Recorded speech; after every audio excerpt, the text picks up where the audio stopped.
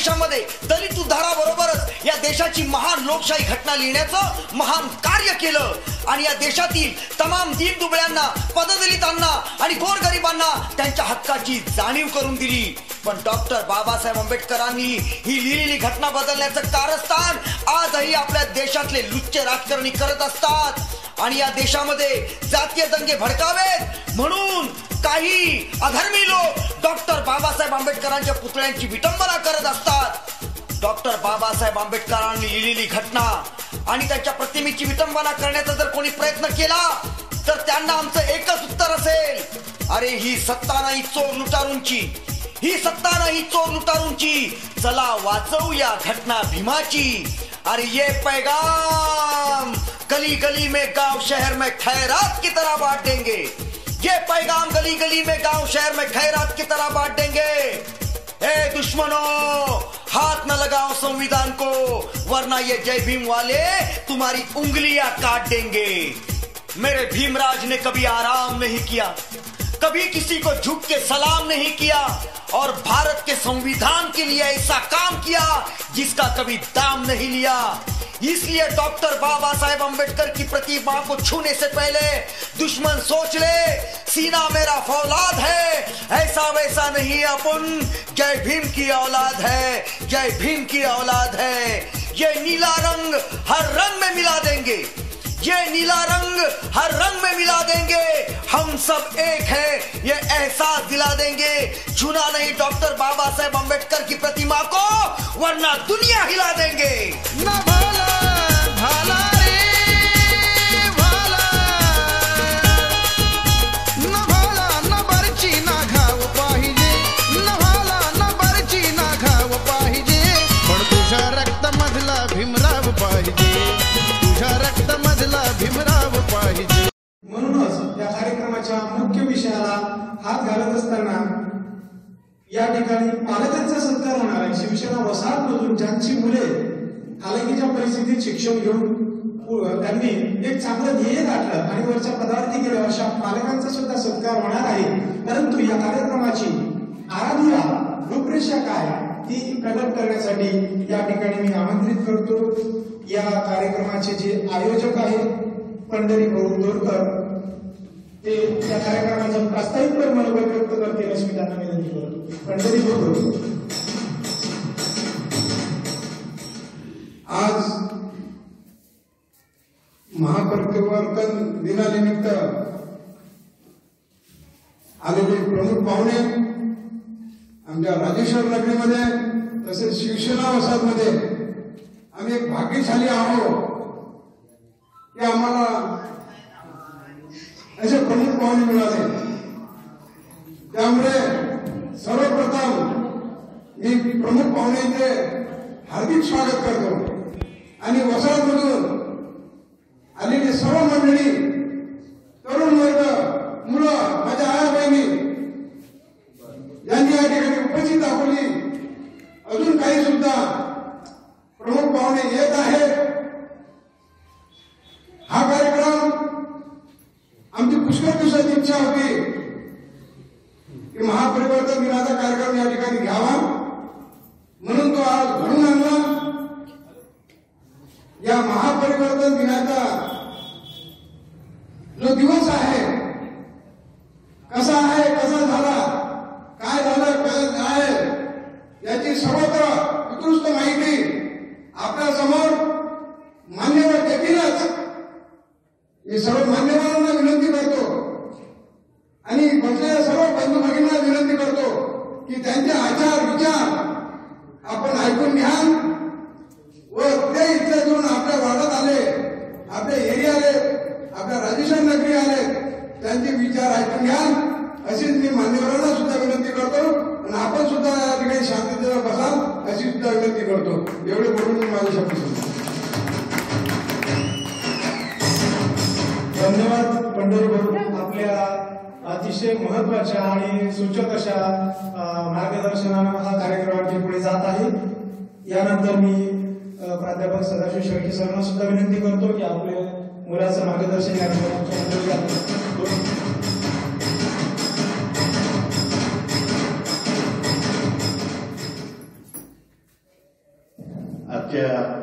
या कार्यक्रमाचे अध्यक्ष आमच्या ताई गावंडेताई, आमचे मित्र पुष्पराज दादा, या ठिकाणी उपस्थित दिलीप भाऊ कोळंबे साहेब, त्यानंतर आमच्या नगरसेविका ताई आणि या ठिकाणी उपस्थित आपले सगळे बसलेली मंडळी. मित्र संतोष भाऊनी हा कार्यक्रम ठेवला. अतिशय धावपळ असताना त्यांना यावंच लागते म्हटलं आणि येणं भाग आहे, कारण तळवळ्या माणूस आहे आणि मोठमोठे आपण त्याची किशी गरम आहे. अशोक भाऊ, आपण कार्यक्रम करू शकतो, पण माणूस असा आहे काही नसतानाही कार्यक्रम करू करते, हे त्याचं मोठेपण आहे. आणि अशा माणसाला किमान आपण त्याच्यासाठी उपस्थित तरी असलं पाहिजे. आणि या उद्देशानं बाकीच्या सगळ्या गोष्टी सोडूनही त्यांना मी म्हणतो की मी 10 मिनिट थांबीत जाईल, पण त्यांनी बरोबर ऍडजस्टमेंट केली. तर या आजच्या या कार्यक्रमात, या अभिवादन कार्यक्रमात आज डॉक्टर बाबासाहेब आंबेडकरांसाठी आपण जमलेलो आहोत. अशोक पाटीलचाही कार्यक्रम आहे. महामानवाच्याबद्दल काय म्हणावं, त्यांच्या बाबत बोलणं काही सांगण्यासारखं नाही, बाकीचे लोक बोलतीलच. अतिशय आपल्या विरोधी पक्षात असूनही सरकारमध्ये कायदा मंत्री म्हणून ज्यांचा समावेश करणं भाग पडला असे डॉक्टर बाबासाहेब आंबेडकर. 24 तासापैकी 18 तास काम करणारे, परिस्थिती नसताना सुद्धा शिक्षण घेऊन बहुजन समाजासाठी अतिशय धडपड करणारे, राज्यघटनेत ज्या काही आपल्यासाठी तरतुदी आहेत त्या सगळ्यांचं श्रेय मला तरी वाटते संविधान निर्माता म्हणून बाबासाहेबांनाच द्यावं लागेल. अशा बाबासाहेबांना मी मनापासून आदरांजली अर्पण करतो आणि माझे 2 शब्द संपवतो. धन्यवाद सर. आपल्या शब्दांनी बाबासाहेबांना आपण आदरांजली अर्पण केली, त्याबद्दल आपले धन्यवाद. त्यानंतर सपनाताई नवले हे आपले 2 शब्द मनोगत या ठिकाणी व्यक्त करतील अशी विनंती करतो.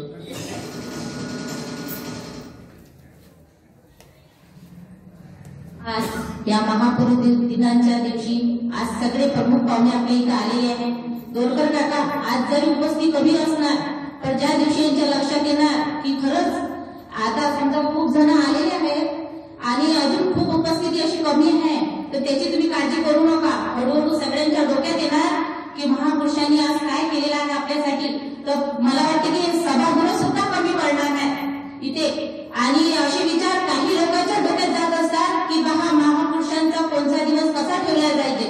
म्हणून यासाठी मी दोरकर काकांचं मनापासून स्वागत करते आणि इथे प्रमुख पाहुणे आलेले आहेत त्यांचं सुद्धा मनापासून स्वागत करते आणि माझ्यासोबत बसलेले माझ्या माय बहिणी भाऊ याचं सुद्धा मनापासून स्वागत करते आणि माझे 2 शब्द संपवते. जय हिंद, जय महाराष्ट्र. धन्यवाद नवनीताई.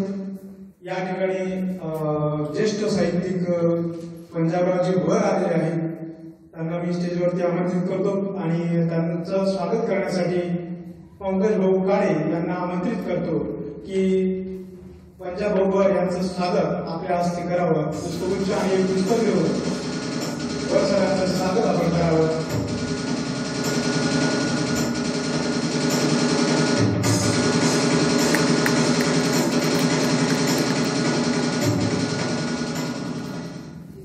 यानंतर अशोकजी कोळंबे सर यांना मी विनंती करतो की आपल्या मार्गदर्शन आमच्या मंडळींना आवश्यक आहे, त्यासाठी आपण मार्गदर्शन करावं.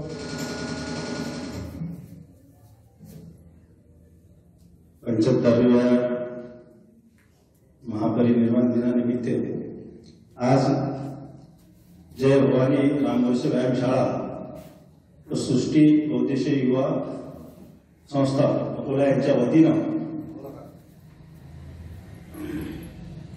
डॉक्टर बाबासाहेब आंबेडकरांना आदरांजली तसेच गुणवंत विद्यार्थ्यांचा सत्कार, त्यांचा सन्मान, त्यांना प्रेरणा देण्याचं कार्य या ठिकाणी ज्यांनी आयोजित केलं असे या भागातील समाजसेवक मंडळी दोरकर, त्याचप्रमाणे सृष्टी बौद्धिक संस्थेचे आदरणीय संतोषजी इंगळे साहेब, आजच्या कार्यक्रमाच्या अध्यक्षा आमच्या ताई माजी महापौर सुमनते गावंडे, ज्यांचा साहित्याचा डंका पूर्ण महाराष्ट्रात असतो असे महाराष्ट्र राज्याचे साहित्यिक मंडळी किंवा साहित्य संमेलनाचे अध्यक्ष आदरणीय माझे मित्र पुष्कळराज दादा गावंडे सर, ज्यांचा स्नेह मला नेहमी मिळतो, त्यांच्या सानिध्यात मी बरेचदा म्हणजे त्यांना भेटलो, त्यांना पाहिलं, असे मंडळ अधिकारी आदरणीय तानाजी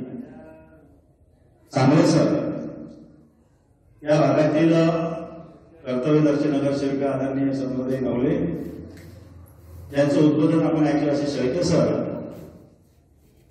या ठिकाणी उपस्थित असलेले या भागातील सामाजिक कार्यकर्ते सुनीलजी पाटे असतील, त्याचप्रमाणे गणेशजी कोल्हापुरे, आताच आपल्यामध्ये आलेले साहित्यिक पंजाबजी वर यांचं ऐकलं मी त्यांचं साहित्य, तसेच पंकजजी काळे, सारंगजी करे सर, सुनीलजी कांबळे, या ठिकाणी सर्वांचंच नाव घ्यावं लागेल असे सर्व सन्माननीय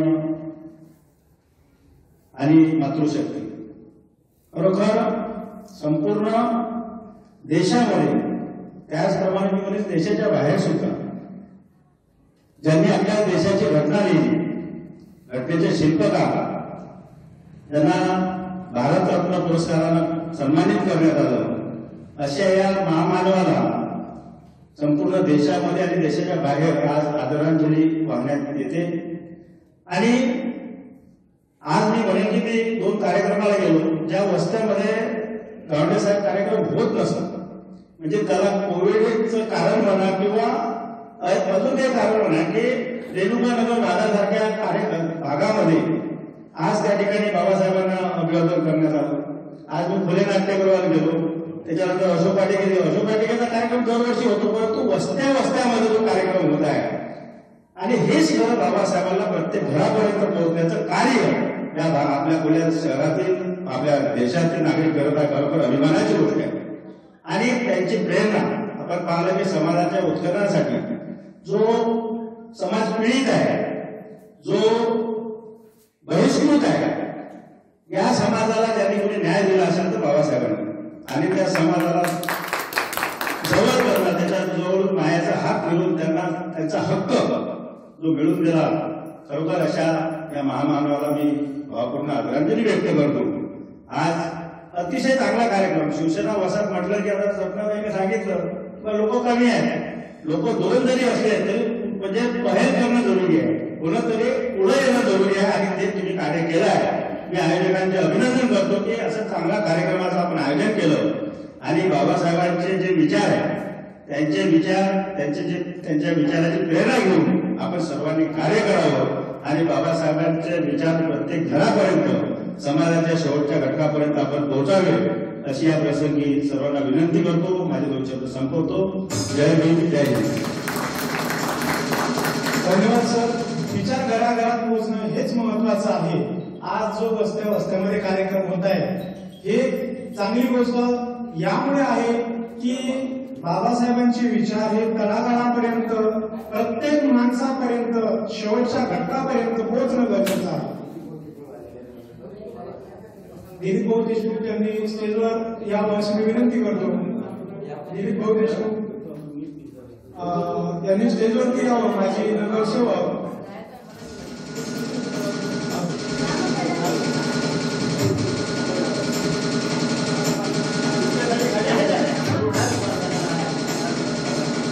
दिलीप भाऊ देशमुख यांचं स्वागत करण्यासाठी पंकज भाऊ काळे यांना मी विनंती करतो. पंकज भाऊ काळे हे दिलीप भाऊ देशमुख यांचं स्वागत करतील.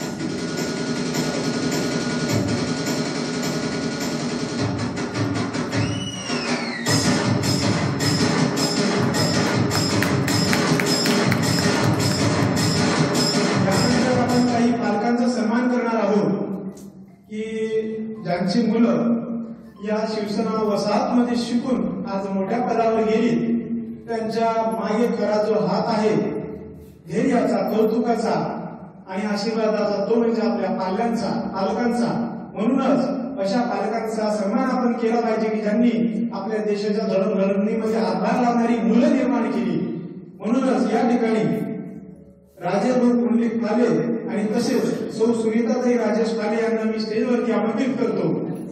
त्यांचं स्वागत करण्यासाठी मी या कार्यक्रमाच्या अध्यक्ष महोदया यांना विनंती करतो की पुष्पगुच्छ देऊन सुनीताताई आणि राजेंद्रचं स्वागत आपल्या हस्ते करावं.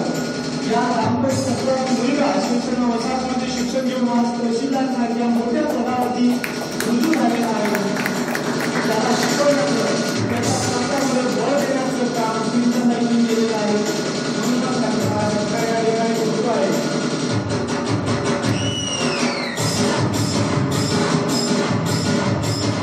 त्यानंतर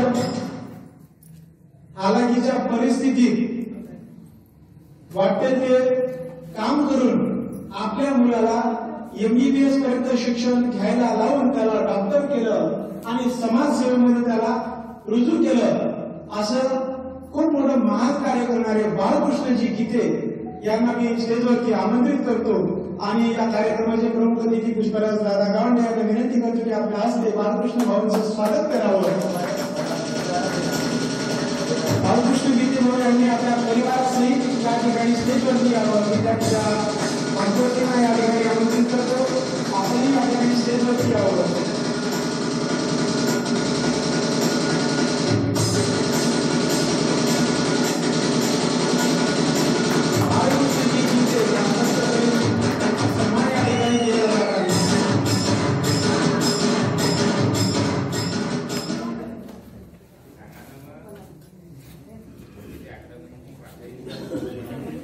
या ठिकाणी आता पुढचा जो महत्वाचा आणखी एक टप्पा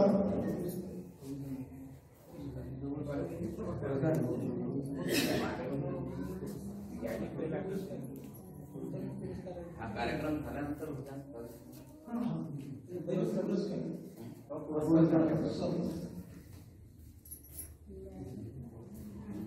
सृष्टी बौद्ध सेवा मंडळ आणि जय भवानी राम भरोसे व्यायाम शाळा या दोन्ही संस्थांच्या संयुक्त विद्यमाने एक काव्य स्पर्धा आयोजित केली होती आणि या काव्य स्पर्धेला भरभरून असा प्रतिसाद लाभलेला आहे.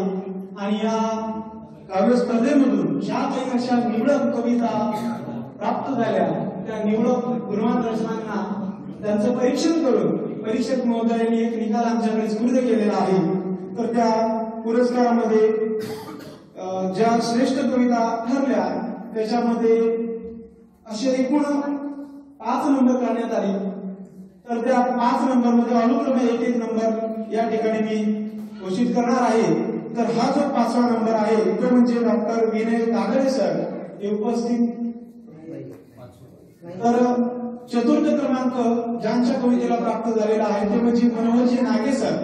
कृपया त्यांनी स्टेजवरती यावं आणि आपल्या कवितेचा 4थ पुरस्कार हा स्वीकार करावा. कार्यक्रमाच्या अध्यक्ष तथा अतिथी महोदयांना विनंती करतो की आपल्या हस्ते मनोहरजी नागे सर ज्येष्ठ साहित्यिक आपल्या अकोल्याचा मानबिंदू म्हणजे मनोहर नागे सर यांना सन्मानचिन्ह प्रशस्तीपत्र आणि पुष्पगुच्छ देऊन त्यांचा सत्कार करावा. महापुरुषांच्या विचारावरती आयोजित या काव्य स्पर्धेमध्ये मनोहरजी नागे सरांच्या कवितेचा 4th क्रमांक आलेला आहे. त्याबद्दल त्यांचं सृष्टी फाउंडेशनच्या तर्फे हार्दिक अभिनंदन, त्यांचं खूप खूप स्वागत.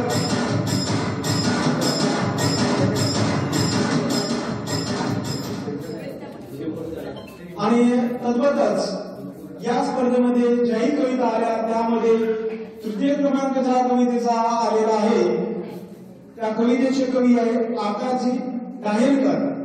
त्यांना विनंती करतो की कृपया स्टेजवरती येऊन आपल्या कवितेला मिळणारा पुरस्कार आपण ग्रहण करावा. विनंती करतो विनंती करतो की आपण आकाशजी दाहेलकर यांच्या कवितेला 3य पुरस्कार जो प्राप्त झाला आणि त्यांचा सत्कार करावा.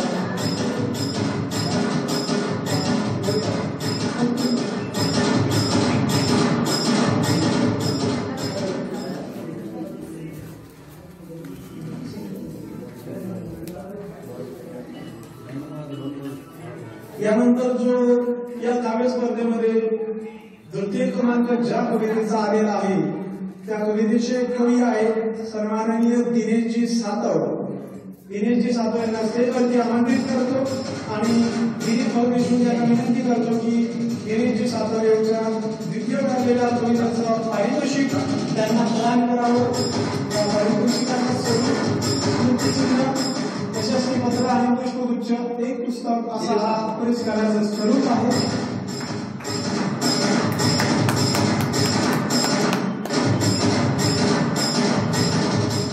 यानंतर या स्पर्धेमध्ये जी प्रथम ठरली ती रचना,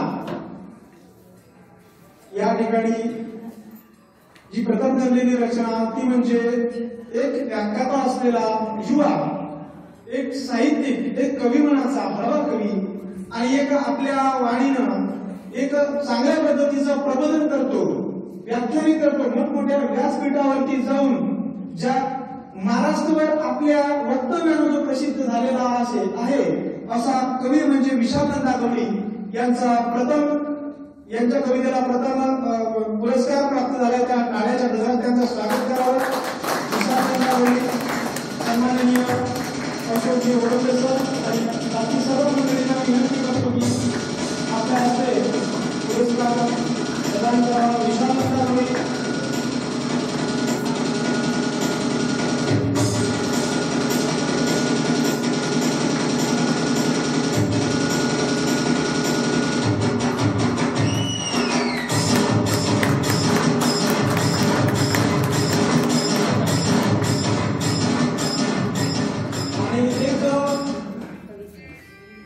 या लेखनाला आपल्या प्रेरणा मिळावी यासाठी एक आणखीन एक प्रशस्तीपत्र, एक गौरव करावा या उद्देशानं एक प्रियंका वाडेकर यांना सन्मानित करण्यात येत आहे. प्रियंका वाडेकर यांना प्रशस्तीपत्र देऊन त्यांचा गौरव करावा, त्यांच्या लेखणीला बळ देण्याचं कार्य आपल्याला करायचं आहे. स्वप्नाताई नवले यांच्या हस्ते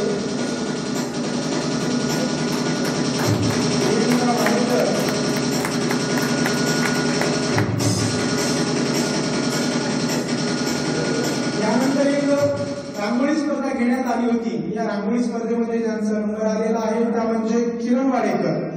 पंढरीभाऊ दोरकर यांना विनंती करतो की आपल्या शुभास्ते प्रशस्तीपत्र देऊन कुमारी किरण वाडेकर या मुलीचं स्वागत हस्ते करावं. पंढरीभाऊ दोरकर यांच्या हस्ते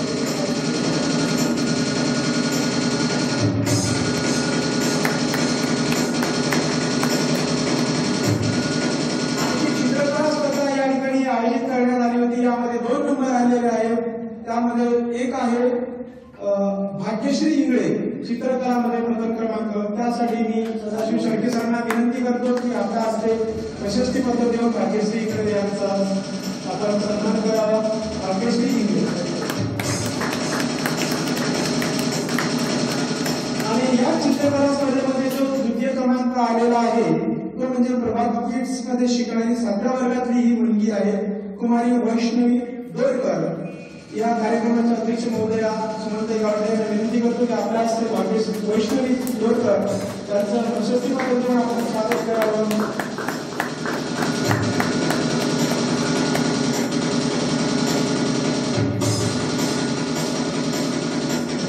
मंडळी, हे पुरस्कार छोटे असून खूप मोठे आहेत, कारण ही एक कौतुकाची थाप आहे की आपण लिहिलेल्या कविता जे आपले विचार असतात कवितेच्या रूपात प्रगट करतो, त्या विचारांचं केलेलं हे कौतुक आहे. आपल्या हातानं जे आपल्या कलाकुसरीनं आपल्या कल्पनेच्या गोंजल्यातून जी काही रांगोळी साकारली, जे काही चित्र साकारलं, त्याचं हे कौतुक आहे. म्हणून तुमच्या हातामध्ये बळ देण्याचं काम हे पुरस्कार नक्कीच करेल. तुमच्या पंखामध्ये बळ देण्याचं काम हे पुरस्कार नक्कीच करतील अशी मला अपेक्षा आहे. यानंतर पुढील मनोगत व्यक्त करण्यासाठी मी या ठिकाणी दिलीप भाऊ देशमुख यांना आमंत्रित करतो की आपण आपलं मनोगत व्यक्त करावं. दिलीप भाऊ देशमुख.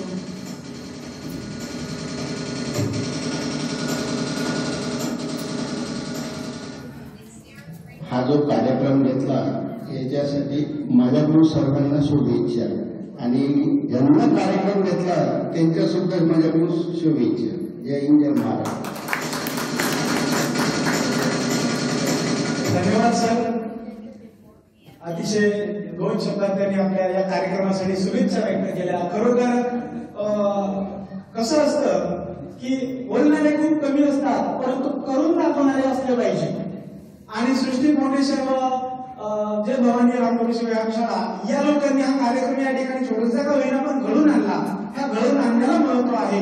म्हणूनच त्यांच्या कार्याचं कौतुक देशमुख बहिणी आपल्या शब्दातून थोडक्यात का होईना आपण चांगल्या पद्धतीने केलं, त्याबद्दल त्याचं धन्यवाद. यानंतर या कार्यक्रमात आणखी महत्वाचा जो भाग आहे तो म्हणजे प्रबोधनाचा.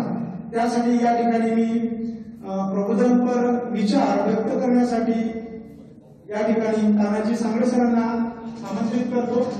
आपण या ठिकाणी आपलं मनोगत पर प्रबोधन या ठिकाणी व्यक्त करावं. सन्माननीय तानाजी सांगळे सर.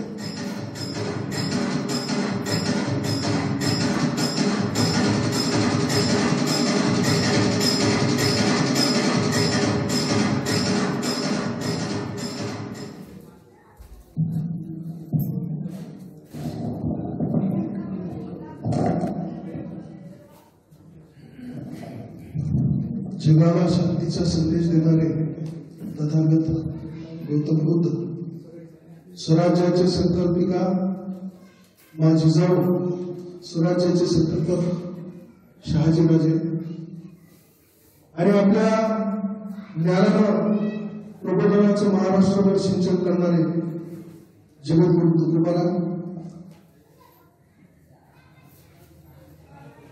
रयतेच्या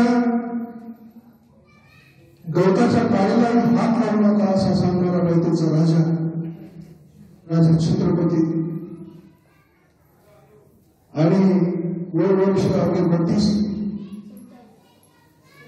आणि तोड्याला तळ न करता सुटल्या स्वराज्याच्या स्वातंत्र्यासाठी स्वतःचे डोळे जरी गाळले आणि चांदीचं सोडलं तरी शंभरातील न पत्करणारे शंभू महाराज, आरक्षणाचे जनक राजर्षी शाहू महाराज आणि ज्ञानाची गंगा सामान्याच्या घराकडून स्त्रियांसाठी, शूद्रांसाठी ज्यांनी ज्ञानाची गंगा आपल्या दारी आणली, ही क्रांतीच होती. ज्ञान असो माझे ज्योतिबा फुले, ज्ञानज्योती सावित्रीबाई, अण्णाभाऊ साठे, कर्मवीर भाऊराव पाटील आणि दिवसा गावातील घाण साफ करायची, रात्री मनातील घाण स्वच्छ करायची अशी वैराग्यमूर्ती गाडगे महाराज, अहिल्याबाई होळकर, ज्यांनी देशासाठी आपलं बलिदान दिलं, सीमेवरचे जवान आणि कोरोनाच्या काळात सुद्धा जे कधी लॉकडाऊन होते तो जगाचा पेशुका माझा बैराज, तुम्हा आम्हाला जगाला जगवता जगवणारा त्या बैराजाला मी वंदन करतो. सर्व साहित्यिक, विचारवंत, साहित्यिक, नाटक, कलाकार, शास्त्रज्ञ, डॉक्टर, इंजिनियर, प्राध्यापक या सर्वांना मी या ठिकाणी वंदन करतो. आणि सर्वात महत्वाचं ते कष्टकरी, कामकरी, करणं ज्यांच्या हातांमुळे, मेहनतीमुळे आज हे रस्ते, हे बंगले, ते सर्व इमारती, ह्या सर्व गोष्टी निर्माण झाल्या. ते मजूर, शेतमजूर, कामगार ज्यांच्या घामातून इथला विकास निर्माण झाला, ते सर्वांना आपल्या सर्वांच्या काळाच्या कडकडामध्ये मी त्यांना वंदन करतो.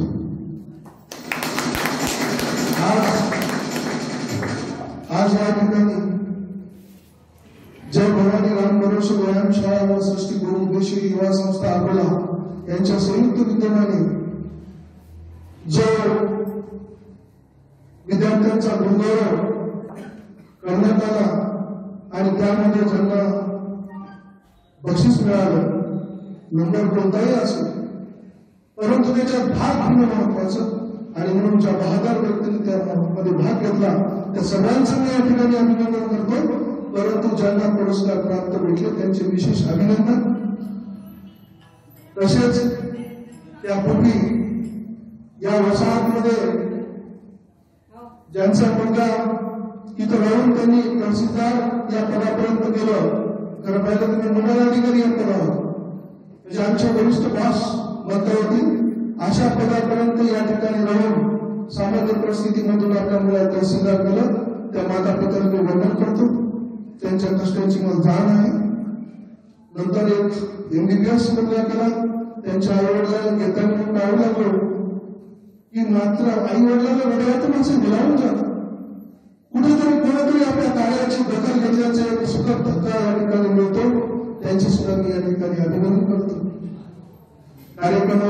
कार्यक्रमाचे अध्यक्ष माजी महापौर सुमनताई, कार्यक्रमाचे उद्घाटक पुष्पराज गावंडे, कास्तकार असून सुद्धा साहित्याची ज्यांच्यामध्ये पूर्ण विचारांची पेरणी आहे.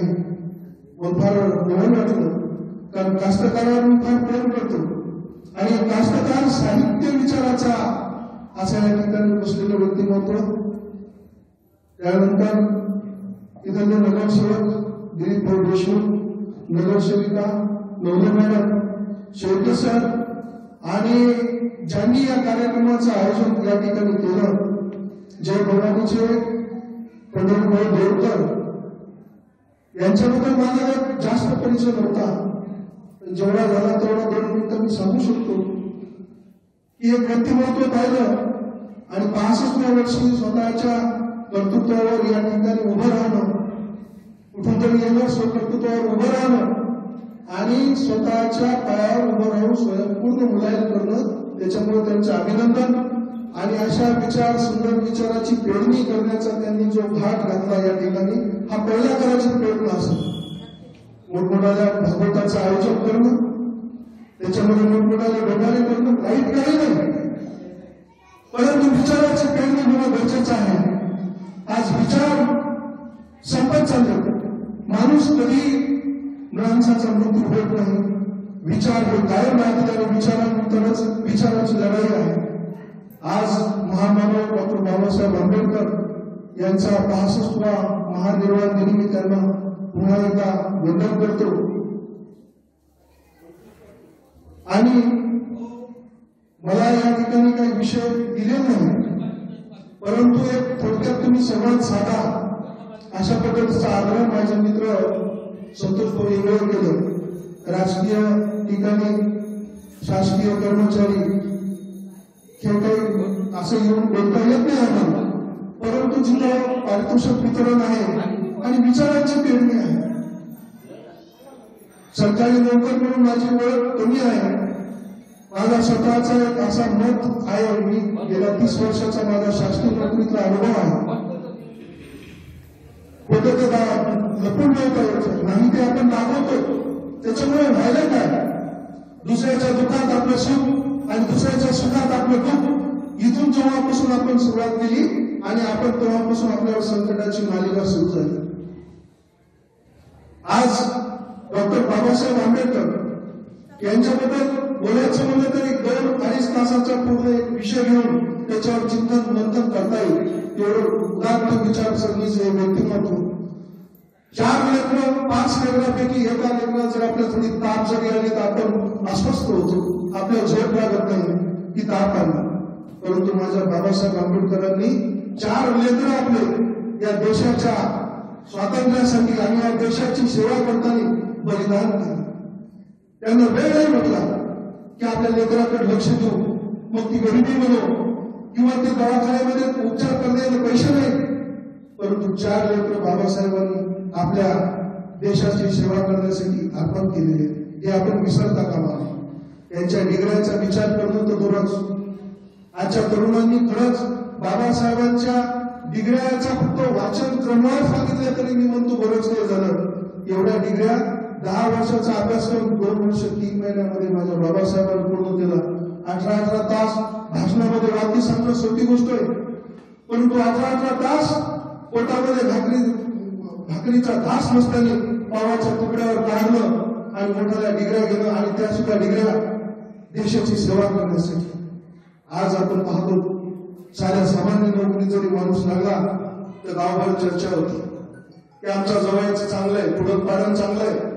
मी तर म्हणतो त्या दिवसाची मी वाट पाहिलो की बोगस पैसा घेऊन जर कर्मचारी घरात आला तर बायकोनं त्याची निंदा केली पाहिजे, समाजात त्याची नाराजगी झाली पाहिजे आणि तरच या देशाचं चित्र कुठतरी बदलत.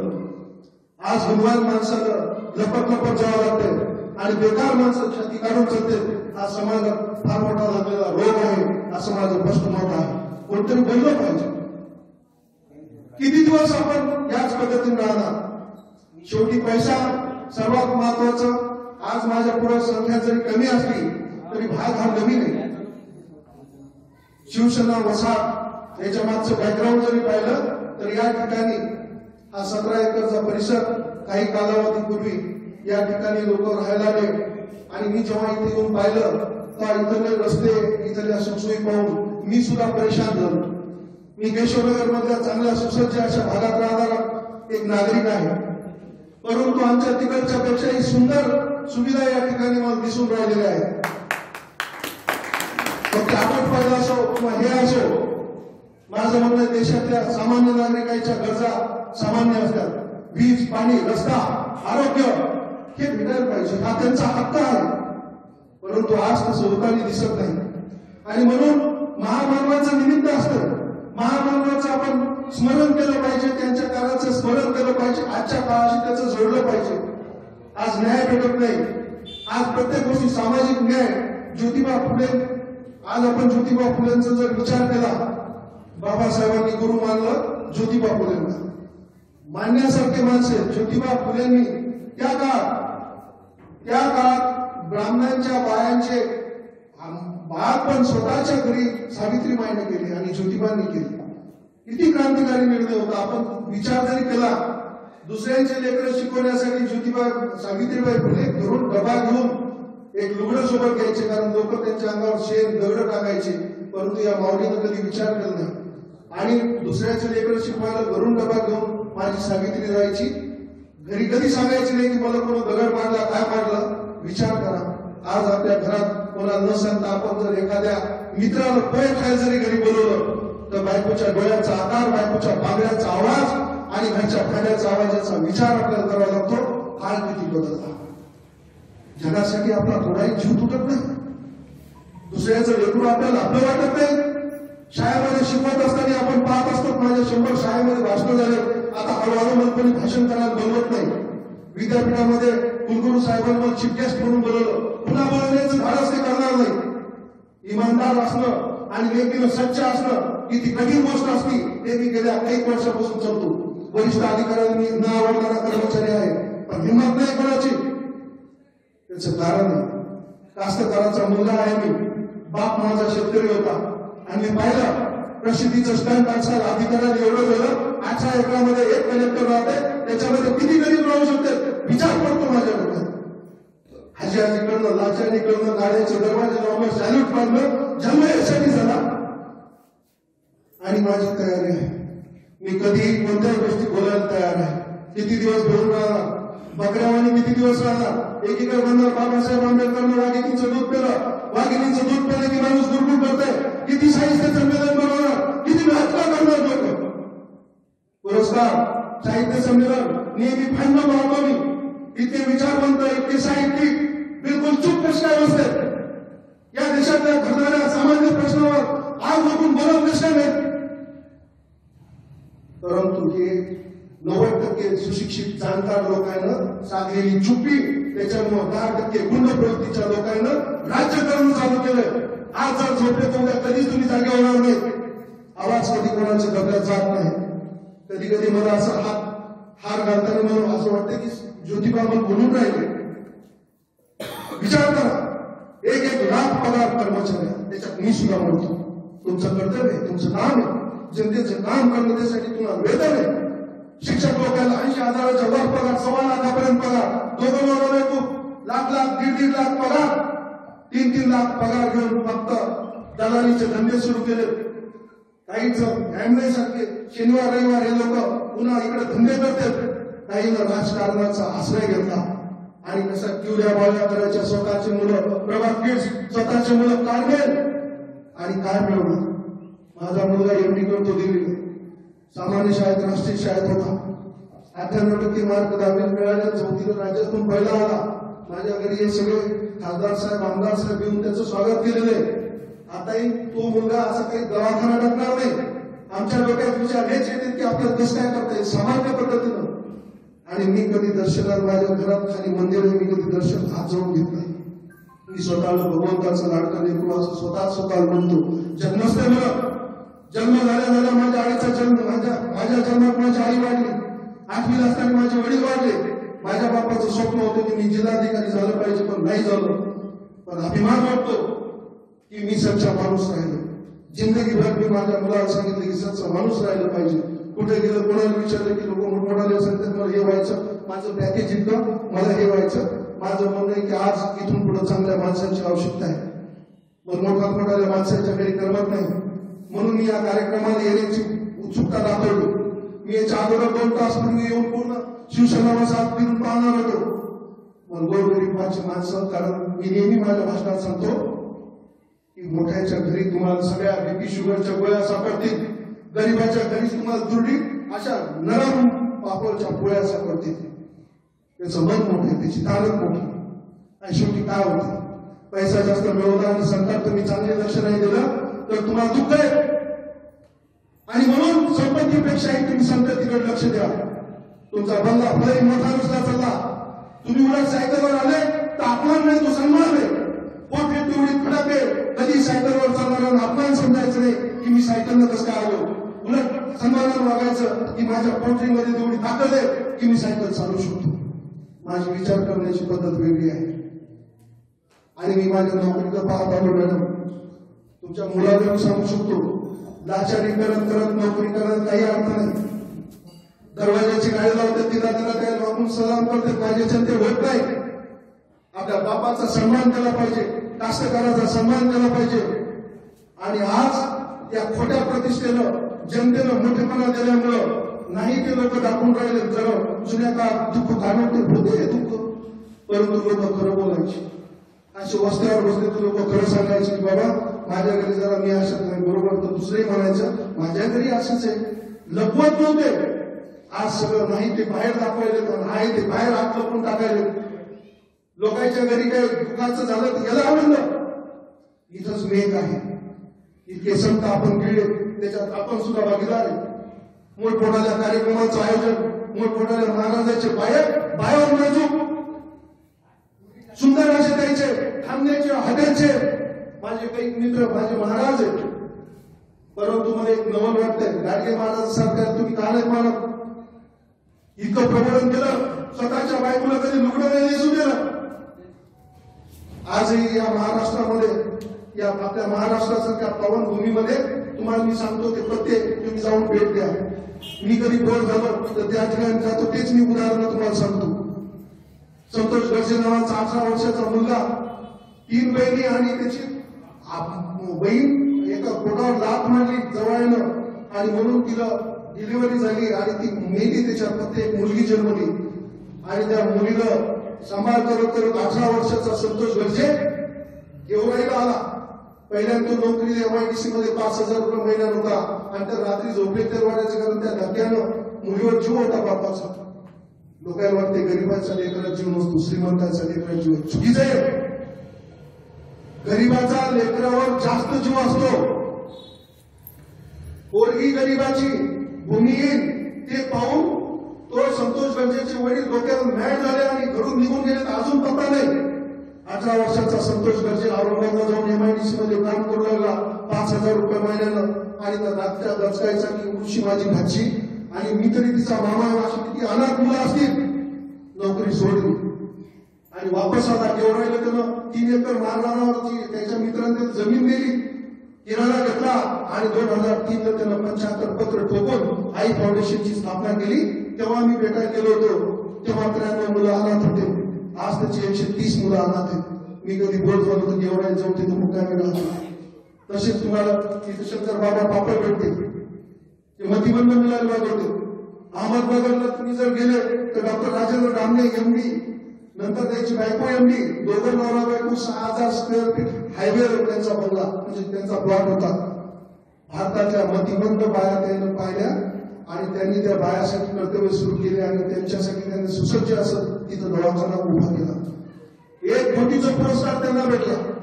आपल्याला असा पुरस्कार भेटला तर आपल्याला 7 पिढ्या बसून खायची आपल्याला गरज आहे. पूर्ण त्या माणसाने तिथं त्या दवाखाना उभा केला. 600 बायाची आज मी जाऊन आलो आणि त्यांच्यासाठी सेवा करायला की ज्या मतिमंद बाहेर माहीत नाही की राजेंद्र धमले कोण आणि आपल्यासाठी काय करतो. असे कित्येक उदाहरणं आहेत.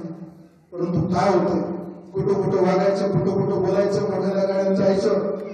मग मध्ये चीफ गेस्ट बोलवलं, मग ते म्हणे तुमचा आमचा प्रोटोकॉल आहे, आम्ही तुम्हाला कुलगुरूची गाडी घेऊन येतो. मी गेलो, मला ताण यायला लागला. आता बायको म्हणे तुम्ही चांगले कपडे घाला, आपल्या घरी कोर्ट आहे, म्हणून ते तिथंच ठेव. इतके डोक्यात प्रश्न, देशाच्या पुढे एवढे प्रश्न असताना अधिकाऱ्याचं पाहून राहिलं मी निस्ती चमचेगिरी चालू आहे. मोठमोठ्या राजकीय लोकांच्या माझं म्हणणं प्रत्येक गोष्टीला लोकप्रतिनिधी म्हणजे फार मोठी व्यक्ती, परंतु लोकप्रतिनिधींनी खालच्या अधिकारी वर्गातून चांगल्या पद्धतीनं काम करून घ्यायला पाहिजे. परंतु तसं होताना दिसत नाही आणि व्हायला पाहिजे. आजकाल राजकीय हा माणूस अधिकारी कर्मचारी आहे का हा राजकीय आहे असा सुद्धा प्रश्न आपल्यासारख्या ठिकाणी काही अधिकाऱ्यांकडे पाहिल्यावर मला उभं राहतं. असं वाटतं की माणसानं इलेक्शनला उभं राहायला पाहिजे. मी प्रत्येक गोष्टीचा आदर करतो, भावनेतून मी बोलून राहिलो, कारण फक्त यायचं पंढरी भाऊ एक कार्यक्रम मी आणि पंढरी भाऊ बद्दल बोललो. जे माणसं शून्यातून विश्व निर्माण करते त्या माणसाचा मला आदर आहे. बापदादाच्या इन्स्टिट्यूटवर आयतं बसून खाणारे बिलकुल निंदेस पाठ, ते मग किती मोठं असतो. आणि आपण पाहतो, टाळ्या वाजवतो, हे सगळं निष्क्रिय. आपण कधी कधी म्हणतो लुबेगावला आलं तो म्हणजे गिजडे लोक, त्याच्यात सुद्धा त्याने मुली दत्तक घेतल्या, त्याच्यात सुद्धा लक्ष्मी नावाची जी गिजड आहे तिनं देश पातळीवरचं काम सुरू केलं. अजून दुसरी आहे, तिचं सुद्धा म्हणून कधी कधी वाटतंय त्या टाळ्यामधला आवाज आपल्या टाळ्याच्या आवाजापेक्षा काही मोठा आहे. अपमान आहे काही गोष्टीचा, आपण इथं जर उल्लेख केला. पण कधी आपण खरं बोलणार, आपल्याला खरं बोललेलं आवडत नाही. आज घराघरामध्ये समस्या आहेत, आज घराघरामध्ये मायबाप परेशान आहेत, पण बोलून दाखवत नाही. मायबापाला प्रत्यक्ष चिंता सुरू झाली. आज मोबाईलचे दुष्परिणाम याच्यावर कोणी बोलत नाही. आज सुंदर कार्यक्रमाचं आयोजन, मग काय विद्यार्थ्याला दोष द्यायचे, विद्यार्थ्यांच्या प्रश्न द्यायचे. आज शाळेमध्ये त्याला चांगलं शिकवलं नाही, कोण पाहतो? आपलं राजकारण आपण बस ग्रामपंचायतमध्ये ते ग्रामपंचायत सरपंच बस, मी त्याच्यातच सरपंच व्हायचं आणि काम शोधायच्या बॅग घुसवायच्या. मला बिलकुल मी परेशान झालो. नोकरीचा राजीनामा देण्याची मानसिकता व्हायली. तलाट्याच्या वर छत्री धरणारे गावातले महाबाप पाहतो. मी जेव्हा मंडळ अधिकारी मी प्रमाणित करणार, खालच्या लेवलवर लोक पैसे खातात. मी लोकांना जर सांगितले की याचे पैसे द्यावे लागत नाही, तरी ते खालच्या लोक त्याला जाऊन जातात. त्या अधिकारी जरा सटकलेला दिसते, कधी बदल होणार, कोण बदल करणार? परंतु या काळाकाळातल्या संजय गांधीची मदत लोकांना वेळेवर भेटत नाही. 70 वर्षाची संजय गांधीच्या बाया होत्या तरी त्यांना मदत नाही. 40 वर्षाच्या बाया खाप केस असणाऱ्या बायाला संजय गांधीची मदत तिच्या घरी जाऊन भेटती. शोकात काय तिथे अपंग, अनाथ, डोळे नसणारे, जन्मान असे लोक. काल मी आनंद बाबरच्या तिथं माझ्या पत्नीचं ऑपरेशन झालं. मी 1 महिन्यापासून सुट्टीवर घरी आहे. दोन्ही डोळ्यात अंध असणाऱ्या बाईला अजून 68 वर्षात झाले. 8-9 वर्षापूर्वी तिचे निसर्ग वाढले तरी त्याला अजून अंधाची आणि त्या अपंगाची मदत नाही. हे सगळा दलालाचा सुरसुरा. आणि हे दलाल कोणामुळे निर्माण झाले? ज्याला नोकरी नाही त्याचं मान्य आहे, परंतु त्यांचा भेट राशीमध्ये नाव टाकण्याचं त्याच्यात हे दलाल अधिकारी यांच्या छत्रछायामुळे. मी सगळ्यांना दोष देत नाही, परंतु राजसत्ता, अधिकारी वर्ग आणि मोठे भांडवलदार यांचं जे ज्योतिबा फुलेंनी त्यालाच विरोध केला होता, मोठमोठ्याला त्यालाच विरोध केला. माझं म्हणणं आहे, कधी तिसरा नेत्र निर्माण होऊन कधीतरी आपण समाजाचं ऋण लागतो. जायचा वेळ जवळला कोरोनासारखा महाभयंकर रोगानं थैमान मांडलं. मिटा लोक आज आपण म्हणतो की माझा बंगला या केशवनगरमध्ये, आणि मग तुझं काय त्याच्यात करतो? तू माझ्या प्लॉटला किती किंमत आहे? तुझी काय किंमत आहे? कंपनीचा पॅन्ट, कंपनीची शर्ट, कंपनीचा बेल्ट, कंपनीचा गॉगल, पण तू तर दिल्ली मेड आहे. आपण विचार केला पाहिजे. आज मग कधी म्हणायचे की बाबा तुम्ही थोडासा साहित्यिक बोलत जा. नितीन बानगुडे पाटील मोठमोठाले भाषण करते. मला एकाने विचारलं, नितीन बानगुडे पाटलाचं भाषण ऐकलं का? मी म्हणलं त्यांच्या भाषणाचे रेट ऐकले का? 1,80,000. संभाजी महाराजांबद्दल बोलताना तुम्ही 1,00,000 देता, तुम्हाला लाज नाही वाटत?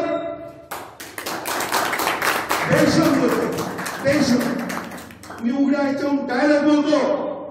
संभाजी महाराजांबद्दल बोलून 1,00,000 देता. ज्या माझ्या राजानं डोळे काढले, चमडी काढली, तरी स्वराज्याच्या स्वातंत्र्यासाठी उप नाही केलं. पकडा निधी मानगुडे पडला, त्याच्या अंगठा मी काढतो फक्त हे अंगठ्याचं ना पारशी बघायला पाय लावलं नाही पळाला तर नावाचं अंगाची चांगले. काय लावलं तुम्ही? साहित्यिक गप्पा मारायच्या, चमचेगिरी करायची, मोठ्या चारोळ्या त्याच्यात टाकायच्या, कविता जोडायच्या आणि बरोबर संधी भेटली पटकन पद घ्यायचा, जिंदगीभर बोलायचं. श्रीमंतीनं अहिल्याबाई होती, 28 वर्ष फक्त त्यांनी राज्य केलं. बाईसारखी बाई तुम्ही कोणी घ्या, एक एक चरित्र असं वाचण्यासारखे. बिरसा मुंडा, मी त्या नोकरीला गेलो, आदिवासीचा भाग, आणि म्हणून साहेब स्वतःसाठी मला त्रास द्यायला म्हणलं, मग तू सांग की.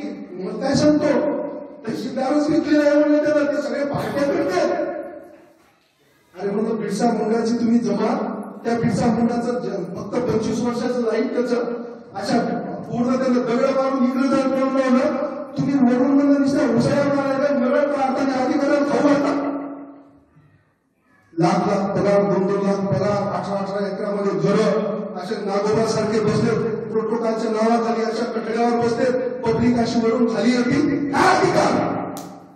पण आपण भेटते, आपण तुम्ही भेटते. घरात जर छाप्या असल्या, बाळासाहेब ठाकरे लोक नाव वापरायचे. आज इथे वसाहत झाली किंवा गुलाबराव भाऊने ही वसाहत त्या काळात होतं, कशामुळे झालं? परंतु आज पूर्ण भित्रा समाज भीती वाटते. आणि नंबर 2चे धंदे करणाऱ्याला मोठेपणा झाला. अगोदर लोक विचारतात, अहो तुम्ही कोणती गाडी नेणार आहे? म्हणलं मी सायकल नाही येणार आहे. की लोक सायकल म्हणून पाहतात. आता माझ्या सोडण्याची वेळ झाली. मुंडे साहेब 72 वर्षाचं व्यक्तिमत्व आहे. 3 मुलं आहेत, 6,000 घर स्वतःच्या मेहनतीनं. आता पत्नीचं निधन झालं. सामान्य माणसाची चर्चा करा. काय गरज तुम्हाला मोठ्या माणसाची चर्चा करायची? मोटिवेशन तुम्हाला काही गरज नाही. मी तुम्हाला 3-3 तास मोटिवेशन देऊ शकतो. एका स्पीचवर मी तुम्हाला चांगलं बोलू शकतो. तुमच्या कॉलनीतच फिरा. आज यांनी मुलगा डॉक्टर केला, त्यांनी मुलगा तहसीलदार केला. हेच सामान्य माणसाचं. आज हा संतोष इंगे पाणीपुरीचा गाडा चालवते. ठाण्याची फांद आहे, पण साहित्य संमेलन भरवतं. खरं पाहिलं तर काय वाजायला पाहिजे त्या माणसासाठी की खरोखर त्या माणसाला आतमध्ये चांगलं घडलेलं आहे. परंतु त्या माणसाजवळ पैसा नाही. या माणसाचा सुद्धा यायला सुद्धा सुण्यातून विश्व निर्माण केलं. इथं प्रत्येक जण आपापल्या परीने मी माझ्या भावना व्यक्त करायला. कारण या भावना कधी मी आता मागच्या वेळेस गुरु साहेबांना बोलवलो, खरं बोललो. मी म्हणलं त्या मुलांनी आवाहन केलं. आस्तिक कुमार पांडे तेव्हा जिल्हाधिकारी होते. चंपोगिरी पुरस्कार मिळवलेला माणूस होता तो, आणि मी त्याच्यावर लेख लिहिला होता. तर मी म्हणलं तुम्हाला जर का तुकाराम मुंडे सारखं आय एस व्हायचं असेल तर मी 2 तास प्रवचन देतो इथे. तर आस्तिक कुमार पांडे सारखं व्हायचं असेल तर 2 मिनिटाचा वेळ नाही. आणि तुम्हाला नोकऱ्या लागणार गेले, तुम्ही घरी जाऊन बांधावर जाऊन शेतकऱ्याला खरी माहिती द्या. पण तुम्हाला इथं शिकवलं असेल तर. आता पिकविंगमध्ये इथंच आपले कापसं दिसते. त्यांनी काय पडाला, उलट कास्तकार चांगले. पण खरं बोललं की ते सगळ्या बाहेर राहिलो. माझे किती दुश्मन असतील, बायकोपासून दुश्मन आहे. मुलाचं लग्न सत्यशोधक पद्धतीनं घरीच केलं. कोणालाच माहित नाही. 5 जण आहेत. ज्यांना लग्न लावून दिलं ते म्हणजे सागरे साहेब तुमच्याकडे पाहून माझ्या मुलाचं लग्न मी आता सत्यशोधक पद्धतीनं करणार. मी तुम्ही आतापर्यंत लावलं नाही का? ते म्हणजे नाही. म्हणजे सांगा, जो लग्न लावतो त्याच्या मुलाचं ते केलं नव्हतं, माझ्या मुलाचं मी केलं. आता मोठ्या लग्न करून सत्यशोधक पद्धतीचा त्याला पॅटर्न आणणं हे काही सत्यशोधक पद्धतीनं लग्न करणं नाही. ते तुमची फक्त ताकीनं लोणचं कसं चवीत पाहिजे. माझं म्हणणं आहे, मोठ्या माणसाने तुम्ही तुमच्या लग्नासाठी वापरणं बंद करा. हे महामानव फार उंचीचे आहेत. आपल्या छोट्या मोठ्या कामासाठी या महामानवाचा प्रचार आणि त्याचा आधार घेऊन आपण काही आपली पोळी भाजून काढा. इतके लहान हे महामानव नाहीत. आपल्याला गरज आहे या महामानवाच्या मागे लागून आपण काहीतरी शिकलं पाहिजे, आपण काहीतरी आचरणात आणलं पाहिजे. माझी बायको मला नेहमी म्हणते, तुम्ही 100चे 60 करणारे म्हणजे बाहेर जाऊन काहीतरी छापूनच आलं पाहिजे घरी. परंतु मला जिंदगीत कळालं दुःख खूप भयानक आहे. आणि त्याच्यामुळे पुस्तक पाहून मला काही वाचायची आवश्यकता नाही लागत. माणसं मी आजकाल वाचतो, नोकरी गेल्यावर पाहतो, दुसऱ्याचं दुःख मग माझं दुःख वाटायला लागलं. आणि मग कधी कधी विचार पडतो की लोक एवढं कशासाठी कमवते. पौर्णिमा कुलकर्णी, दिलीप कुलकर्णी त्या कोकणामध्ये 10 गुंठ्याच्या याच्यात राहते. 20,000 रुपये त्या माणसाच्या स्वतःच्या पुस्तकावरून त्याला महिना मिळतो. त्याच्यातले 16,000 अनाथ आश्रम अपंग याच्यासाठी देऊन 4,000 त्याची बायको पौर्णिमा कुलकर्णी युट्यूबवर टाका, गुगलवर टाका, ती पहा बाई. अजून या वयात अशी चेहऱ्यावर तेज आहे. गरजा कमी केल्या पाहिजे, शरीराची उपासना केली पाहिजे, तरुणाईने शरीराची उपासना केली पाहिजे. पालकांनी सुद्धा आज पालक परेशान काय उपरेपणाची भूमिका असताना घरी भेटते. प्रेम भेटून नाही राहिलं. हायपाय सोसायटीमध्ये तर मोबाईलमध्ये एका वेळ आहे की नाही हेही मग कळून नाही राहिलं. येणाऱ्या गावामध्ये डिप्रेशनच्या अंतर्गत अनेक दवाखान्यात लोक पडणार आहे. सध्या सुद्धा आम्ही पाहून राहिलो डिप्रेशनचा मारा खूप आला. मोबाईलमुळे लोकांची भाषा बंद झाली, बोलता येऊन नाही राहिलं, व्यक्त होता येऊन नाही राहिलं, कल्पना सुचून नाही राहिल्या. आणि आई वडिलांचा आदर केला, मोठ्याचं मोठं पण केलं, लहानाचं लहान पण केलं, गावाचं गाव पण केलं, निसर्गाचं निसर्ग पण केलं. मया दया प्रेम करुणा या सगळ्या गोष्टी आता इतिहास जमा झाल्या. पहिलं पत्र महिन्याने यायचं तरी आनंद वाटायचा. आता एक फोन नाही घेतला तर माणसाला राग येतो. अहंकार, राग, लोभ, द्वेष असे वरकोटीला आले. आणि म्हणून शहरात गोड झाले की वाटते गावाकडे गेलं असतं, परंतु गावं इतके दूषित झाले की गावातही आता पहिल्यासारखं राहिलं नाही. गावात कुठल्याहून दूषित झाले असा माझा स्वतः या काही वर्षाचा अनुभव मी पाहून आहे. आणि याचं कारण एकच आहे, दुसऱ्याच्या दुःखात आपल्याला आपला आनंद आणि दुसऱ्याच्या आनंदात आपलं दुःख हे आपण करून घेतलं. पहिलं तसं नव्हतं. आज प्रत्येकाला दुःख आहे. आपल्या परीने त्याचं दुःख हलकं करण्यासाठी आपण त्याच्या घरी गेलो, 2 शब्द चांगले बोलले तर काही जात नाही तुमचं. कोणी काही एखादा कौतुक घेतलं, पाठीवर थाप दिली, काय फरक पडतो. पण दुसऱ्याचं लेकरू त्याचं कसं कौतुक करू. आज तुम्ही ते MBBS ला तुमची मुलगी लागली, या शिवसेना वसाहतमध्ये किती लोक तुमच्या घरी येऊन तुमचं अभिनंदन केलं, कौतुक केलं. ते करायला पाहिजे. त्याच मुलाचं इथं भाषण ठेवलं पाहिजे. तेच मुलं इतर मुलांना समजून सांगू शकतात. बोलण्यासारखं बरंच काही आहे. पाहुण्याच्या घरात मी कारण माझा गोंधळ व्हायला, कारण अशा याच्यात आपण बोलावं तरी काय ना एक विषय कोणता की मग ज्योतिबापुले आले, थोडं थोडं बोलायचं, निघून जायचं. कशात तुम्ही काय म्हणजे ग्रहित करायचं का. तुम्हाला कामधंदे सुरू आले तर पाहिलं मी तुम्हाला मानतो. माझा एक कार्यक्रम होता, जिल्हाधिकारी साहेब येणार होते. सकाळी 11चा कार्यक्रम होता मॅडम, आणि जिल्हाधिकारी 3 वाजेपर्यंत आले नाही. तो आपला रावसाहेब खंडाऱ्याने ठेवला होता. पोरगी त्याचीच, जिलेबी त्यानंच केली, जेवण त्यानंच दिलं, परंतु जिल्हाधिकारी आले नाही. मग ते सारवासारव करावं लागते आयोजकांना, कुठं कुठं बोलावं लागते. मी तिथं होतो, तिथला मंडळ अधिकारी वेगळा होता, पण त्याला म्हणून बोलून घेतलं. मग आम्ही तो मग सांगा साहेब 3 वाजले म्हणजे पब्लिकला जेवायला तुम्ही 2 शब्द बोला प्रशासनाच्या वतीने. ते मंडळ अधिकारी नाही बोलले, त्यामुळे ते बोलत नाही. त्याला ते खात्यातच वाटते फक्त मी बोललो. तर मी माफी मागितली की तुमची मी जाहीर माफी मागतो की प्रशासनाचे तुम्ही सातबारा स्वतः द्यायले स्वतःच्या पैशानं, तरी जिल्हाधिकाऱ्याच्या हस्ते, आणि ते आमचे जिल्हाधिकारी आले नाही. त्याच्याबद्दल मी त्रिवार तुमच्या याला माफी मागतो. कारण सगळ्यात वेळ किमती तुमचा. सगळ्या जण काही घेत नाही ती गव्हर्नमेंट सर्वंट असलं पाहिजे असं माझं मत झालंय. आता ज्याला अक्कल नाही काय नाही, बस ज्याला जितकी कमी अक्कल तितकं ते यशस्वी नोकरी करू शकते. ज्याला अक्कल आहे तो शेतकरी पाहिजे, ज्याला अक्कल आहे तो शिक्षक पाहिजे. परंतु मुळात शिक्षकाला आता अक्कला नसल्यासारखे वागून राहिले असं माझं मत व्हायलंय. कारण माझ्या घरी मी सगळं याच्यावर बोलतो. माझ्या घरी एक शिक्षक आले, 2 नवरा बायको. म्हणून सगळं साहेब ॲम्ब्युलन्स तुम्ही माझ्याकडून काही घेऊनच नाही राहिले. तर मिळालं मी काय घेणार नाही, पण काही घ्यायचं नाही ॲम्ब्युलन्स. शेवटी त्या माणसानं पाठपुरावा केला. एक दिवस म्हणजे तुम्हाला चहा तरी आता मी तुम्हाला घ्यायला लावणारच. शनिवार असला एक माणूस असा तुझीचा बूट असं येईन वगैरे.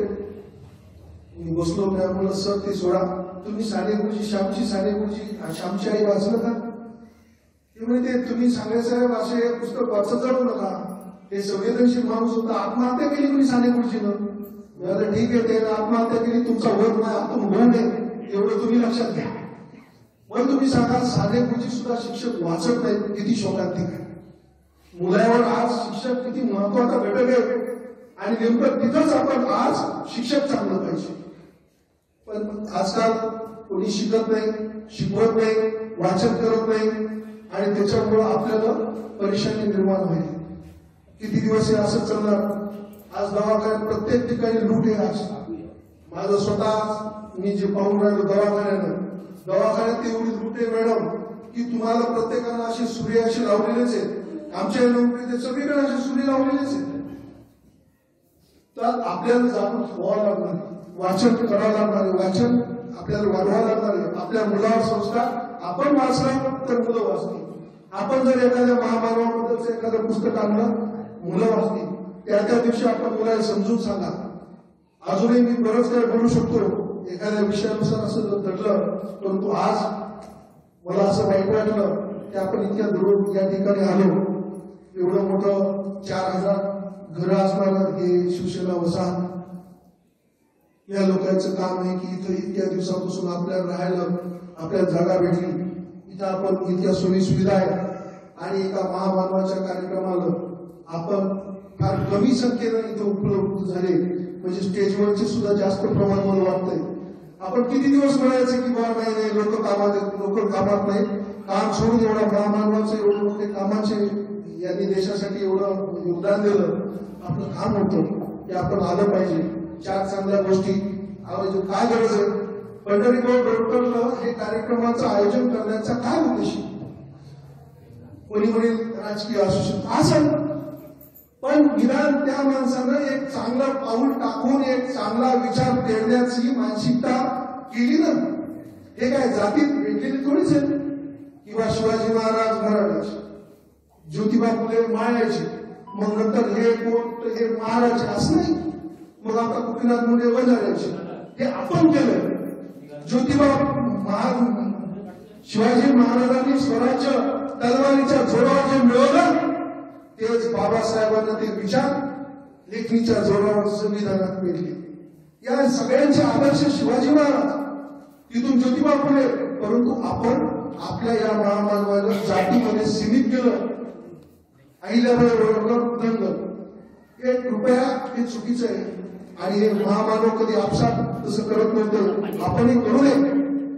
चांगले विचार आजकाल लोकांना आवडत नाही. महाराजांचे भागवत लोक 8 दिवस मस्त हे करतात. काही महाराज आत गेलेले, काही महाराजांचे धंदे चांगले, मोठमोठ्या गाड्या आहेत. महाराज लोकांवर तुम्ही 2 तास प्रवचन करू शकतो इतका महाराजांचा मला राग आलेला आहे. कारण या लोकांना साधे गोळे लोक आपले यांच्याकडे जाते. साधे गोळे हे सगळे लोक साधे गोळे, यांना खुंबवणारे यांना फसवणारे हे लोक फार विचारपूर्वक म्हणून चांगलं प्रबोधन करणारे हे महत्वाचं. पुन्हा एका माझ्याच्यानं कोणाचं मत दुखवण्याचा हेतू नव्हता. संविधानात सगळ्यांना विचार व्यक्त करण्याचं स्वातंत्र्य आहे. तुम्हाला मी रंगीत तालीम दाखवली की शासकीय कर्मचारी असून मी असं बोलू शकतो. आणि शासकीय कर्मचाऱ्याला बाकी खाता येते, देता येते, पार्ट्याला जाता येते. मी तर बाबासाहेबांना बोलतो, त्याच्यामुळे मला काय करायची भीती नाही. कारण रोज कमिशन पार्ट्या खाणारे लोक, त्याच्यापेक्षा मी माझ्या बापाचं नाव स्मरून त्या महामानवाला मी या ठिकाणी येऊन माझं कर्तव्य, माझ्या पत्नीचं ऑपरेशन झालेलं मी घरीच होतो, परंतु ते माझं कर्तव्य उलट माझं भाग्य की मला अशी संधी विठ्ठलभाऊ डोरकर साहेबांनी या ठिकाणी दिली. तुमच्यासारखे कामगार माणसं, उलट मी रिकामा, नोकरदार रिकामे, तुमच्यासारखे कामगार माणसं आपल्या कामातला वेळातला वेळ काढून या ठिकाणी तुम्ही माझ्यासारख्या माणसाचं विचार ऐकून घेतले. हक्क नसताना, अधिकार नसताना कोणी मला कागद दाखवला नाही की तुम्ही आता बोलणं बंद करा. घरपाल्याकडून फिरून शिवसेना वसाहत पाहायची म्हणजे मला ते उभं राहायचं. मला नेहमी आडवं पडायचं. या जनतेसाठी ही जनता त्यांचे प्रश्न खरंच आहे. आणि मी कधी पदाधिकाऱ्यांचं वाईट बोलत नाही, कारण मला माहित आहे साधं एक घर सांभाळणं किती कठीण आणि नगरसेवक पद हे सांभाळणं महाकठीण. कारण मी पाहतो की मला जर चांगला कधी म्हणतील लोक काय राजावर सांगायचं बोलत नाही. नगरसेवक तो की ज्याचं घर 24 तास लोकांसाठी खुलं, त्याचं स्वतःचं खाजगी जीवन नाही, त्याला लोकांनी बिलकुल त्याला काम करू तरी शिवाय, नाही करू तरी शिवाय. त्याच्यामुळं त्यानं स्वतःला असं बनवलेलं आहे. त्याच्यामुळे त्यांच्या फलात मला काय पडायचं काम नाही. परंतु जे चांगले असतील त्यांचे गुणगौरव, त्यांच्याबद्दल चांगलं बोलणं हे आपलं काम आहे. आणि 65व्या वर्षी सुद्धा या माणसाचं मग नवलता वाटतं की कुठून तरी आगारून माणूस चढत काय येतो, कुठतरी जातो हे. आणि इथे येऊन स्थायिक होऊन 65व्या वर्षी मुलाला स्वावलंबी करतो. जोक नाही. माझ्या घरी साधं चिंगीनं बायका प्रत्येकाचे चिंगड असतात, तसे माझी बायको सुद्धा चिंगड आहे. केशवनगरमध्ये 4000 फुटामध्ये माझं घर असताना चिमणीचा खोपा चालू होता, तर माझी बायको ते खोपा करून लागली. मला हात नाही लावायचा त्या चिमणीच्या खोप्यात. तो चिमणीचा खोपा इथंच राहील आणि ती खिडकी मी लावून घेतली. 15 दिवसात त्या खोप्यात पिलं झाले आणि 15 दिवसात पिलं आमच्या इथे उडता उडून गेले. एका भाषणात काय म्हणलं, 15 दिवसात चिमणीचं पिलू उडलं तर 30-30 वर्षाचे तरुण पोरं आज बापाच्या घरून उडून कशा जातात. हा विचार आहे. मायबाप कधी दोषी नाही या न्यायामध्ये. मायबाप कधी दोषी नाही. मायबाप तुम्हाला तुमचं पूर्ण केलं, आता आपलं काम आहे, आपण त्याला पूर्ण केलं पाहिजे. कोणी म्हणतं मायबापाला की तुम्ही आमच्यासाठी काय केलं. माझं म्हणणं आहे, आपण कधी असं मायबापाच्या डोळ्यात पाणी येईल असं वागलं नाही पाहिजे. आणि मायबापाला विनंती आहे, आपलं कर्तृत्ववान पोरगा असलं तर त्याची तुलना फार मोठं, म्हणजे डॉक्टर झाला म्हणजेच तू मोठा, इंजिनियर झाला म्हणजेच तू मोठा, तो कलेक्टर झाला म्हणजेच मोठा. कलेक्टर होऊन जर 2 कोटी फक्त हुंडास यायचा तर त्याच्यापेक्षा न झालेला बरं. जर तो एखादा शिपाई जरी झाला आणि इमानदार झाला तर तो देश फिरला नाही. आणि अशा सच्च्या माणसाची, सच्च्या याची म्हणून तुम्हाला सुद्धा विनंती, तहसीलदार साहेब आमचे बॉस, परंतु होता येईल तितकं या करप्शन मध्ये, या भागीदारीत पडलं नाही पाहिजे. कारण नंतर एकदाची माणसाचा आत्मसन्मान लहान गेला की त्या माणसात जिवंत राहतेच काय. आणि असे बरेच, मग कधी कधी त्या प्रभुदेवाचं पिक्चरचं वाचायचं की त्याला वर चेहरा नाही ते डान्स करायचं. कोणतं गाणं होतं ते, वर चेहरा नव्हता आणि खालीच नाचताना ती दिसायची. तर तेव्हा पण दोन वाटायचं की असं कसं काय असू शकतं, चेहरा हे नाचायला कसं काय. पण जेव्हा मी आता फिरताना मग लोकांचे चेहरे दिसून नाही राहिले तर असं वाटतं की चेहरे गेले कुठं. ती माणुसकी, ती माणसातली नैतिकता गेली कुठं. पुन्हा एकदा ती माणुसकी, नैतिकता आपल्याला आणावं लागलं. पुन्हा आपल्याला माणूस जागृत करावा लागल आणि आपल्या लेकरासारखं दुसऱ्याच्या लेकरावर आपल्याला प्रेम करावं लागल. दुसऱ्याच्या सुख दुःखात आपल्याला साथ द्यावा लागल. आणि आपलं घर जळायचं, दुसऱ्याचं घर जळताना आपण फायर ब्रिगेडला फोन करावा लागल. त्याच्या घरावर आग लागली, मी कशाला बोलू की तुझ्या घरी येणार आहे. आणि शेवटी एका गोष्टीनं करतो की जंगलात असा वनवा लागला होता, सगळेजण आणि झाडावर कावळे बसलेले होते. एक चिमणी तिथं आली आणि ती म्हणे, कावळे दादा काय व्हायला. ती म्हणे, दिसत नाही चिमणी तुला जंगलात आग लागली. तर ती म्हणे, इथं कुठं एखादा तळ आहे का. तर ती म्हणे, तू चिमणे काय करशील. त्या चिमणीनं तिथून तळ्यातून आपल्या चुचीमध्ये पाणी आणून टाकत गेली. कावळे हसून आणली. चिमणी बिचारी बोलली नाही, थकली. आणि जाताना कावळेदार ते म्हणे, ते अगं चिमणे तुझी चोळच की उडशी, तुझं पाणी किती येणार. चिमणी दिलेलं उत्तर माझं सुद्धा आहे, मला सुद्धा उत्तर भेटलं. माझ्यापर्यंत मी तशीच नोकरी सुरू केली. चिमणीनं उत्तर दिलं, मला माहिती आहे की माझी चोच छोटी आहे, त्याच्यात मावणार पाणी पण कमी आहे. परंतु या जळण्याचा, ज्या जंगलाचा इतिहास जेव्हा लिहिला जाईल तेव्हा त्याच्यात आग लागली असताना फक्त तुम्ही बसून हसत राहिले याच्यात तुमचं नाव जाईल. पण विजवणाऱ्याचा जर इतिहास लिहिला गेला तर त्याच्यात माझं नाव नाही. आपण कधी लहान नसतो, आपले प्रयत्न कधी लहान नसते. छोटं जरी एक असलं तरी आपण इतरांना प्रकाश देऊ शकतो. आणि असाच प्रकाश मोठमोठ्या लोकांनी सुद्धा देत आले. एका पावलावर माणसं महान झालेले, कोणी एकदम महान होत नसते. त्याच्यामुळे सरळ बोलणं, सत्य वागणं, आपण महामानवाचे नाव घ्यायचे, खोटं बोलायचं, खोटं वागायचं, खोटं बोलून खोटं वागून जास्तीत जास्त 4 पैसे आपल्याला जास्त येतील. परंतु त्याच्यामुळे येणारी अशांतता ही फार मोठी आहे, घाट्याची सौदी आहे. त्याच्यामुळे प्रामाणिक आजपासून राहूया. अशी या महामानवाच्या याच्यावर आपण जर पाहिलं तर आपल्यातले दोष, जे काही आपल्यातले वाईट प्रभाव आहेत ते आपण इथं सोडले पाहिजे. जर कोणाला बोलला असेल तर त्याची माफी मागा. मी सुद्धा मागतो की मला वाटलं की याला आपण काहीतरी दुखवलं, कोणाचं मन दुखून तुम्ही खूप आनंदी राहू शकत नाही. तुम्ही श्रीमंत बाजूच्या घरात नाही. माझ्या 8वी पासून मुलाला मी फटाके फोडू देत नाही. मी त्यांना म्हणतो पुस्तक वाचा, ज्ञानाचे फटाके फोडा. तुमच्या दाराच्या पुढे फटाक्याचा खर्च किती याच्यावर सुद्धा तुमची श्रीमंती. तुमच्या इथं जर्मन शेपर्ड त्याला नाव घातलं म्हणजे त्या पाण्याचा लोढा आमच्या घरापर्यंत. तुम्ही कुत्र्यावर एवढे प्रेम करता, मायबापावर नाही. आज आपण म्हणतो कोणता तृतीयपंथी व्रताश्रमामध्ये आहे. आज आपण मुसलमानांना एवढा द्वेष करतो. कोणता मुसलमानाचा बाप व्रताश्रमामध्ये लोखंड, भंगार, 10 पैसे में पहिलवान काही त्याच्या बापाने त्याला आणलं नाही तरी त्यांचा कधीही मायबापा त्यांना व्रताश्रम नाही, जन्नतचा दार मानते. आपण सुद्धा आपल्या मायबापाला तेच विचार केला पाहिजे. आणि बापाच्या बद्दल या 4 वळी मी सांगतो आणि विराम देतो. त्याच्या अगोदर एक 5 मिनिटं की माणसाने शेवटी जगलं पाहिजे. कशासाठी जगलं पाहिजे?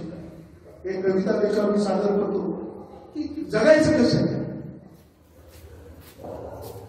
कधी कधी गरीबाची, कधी कधी फकीराची झोळी होणं चांगलं, कधी कधी फकीराची झोळी होणं चांगलं. माफ करा, मी म्हणणार होतो दुसरी, पण मला भावना खूप आल्या दाटून. तुझ्या दारी जर आले कोणी उपाशी तापाशी, तुझ्या दारी जर आले कोणी उपाशी तापाशी, त्यांना 5 वेळा पाणी. मी आता सध्या मग पाठांतर माझं दांडलंय, पण माझ्या डोक्यात मग विचार केला, कारण माझा असा गोंधळ झालाय की मला असा खोट्या लोकांच्या कविता सुद्धा म्हणून वाटतो. हे त्याच्यात प्रश्न आहे की होऊ शकते की मी कवी नसल, मी साहित्यिक नसल, परंतु माणूस म्हणून तुम्ही असं जर राहिलं तर तुम्हाला बापाबद्दलच्या 4 ओळी, मायबापाच्या याच्यावर मी सुरुवात करतो. पहिला आईसाठी या 4 ओळी. जन्म दिला, परंतु मी आई वडिलांना सगळ्यात जास्त मानतो. आई म्हणजे मंदिराचा उंच कळस, आई म्हणजे अंगणातली पवित्र तुळस, आई म्हणजे मंदिरातला उंच कळस, आई म्हणजे अंगणातली पवित्र तुळस, आई म्हणजे वाळवंटात प्यावा असं थंडगार पाणी, आई म्हणजे भजनात गुणगुणावी अशी अभंगवाणी, आई म्हणजे आरतीत वाजवावी अशी लयबद्ध काळी, आणि आई म्हणजे वेदनेनंतरची सर्वात पहिली आवड. आणि बाप, ज्या बापासाठी मी तुम्हाला आवाहन करणार आहे की बाप हा फार महत्वाचा आहे. म्हणजे मी बाप आहे, मला आई नाही म्हणून नाही, मी बापाचं ऑब्झर्वेशन केलंय. माणसाला म्हणजे माझं बुलढाण्यात बाप याच्यावर व्याख्यान झालं, 2.5 तास मी बापावर बोलू शकतो, म्हणजे स्पेशल फक्त बाप. पण आता कोणी म्हणतील आमचा बाप असा नाही, कुणाबरोबर कोणी चहा पाजणार नाही, प्रश्न आहेत ते सगळे.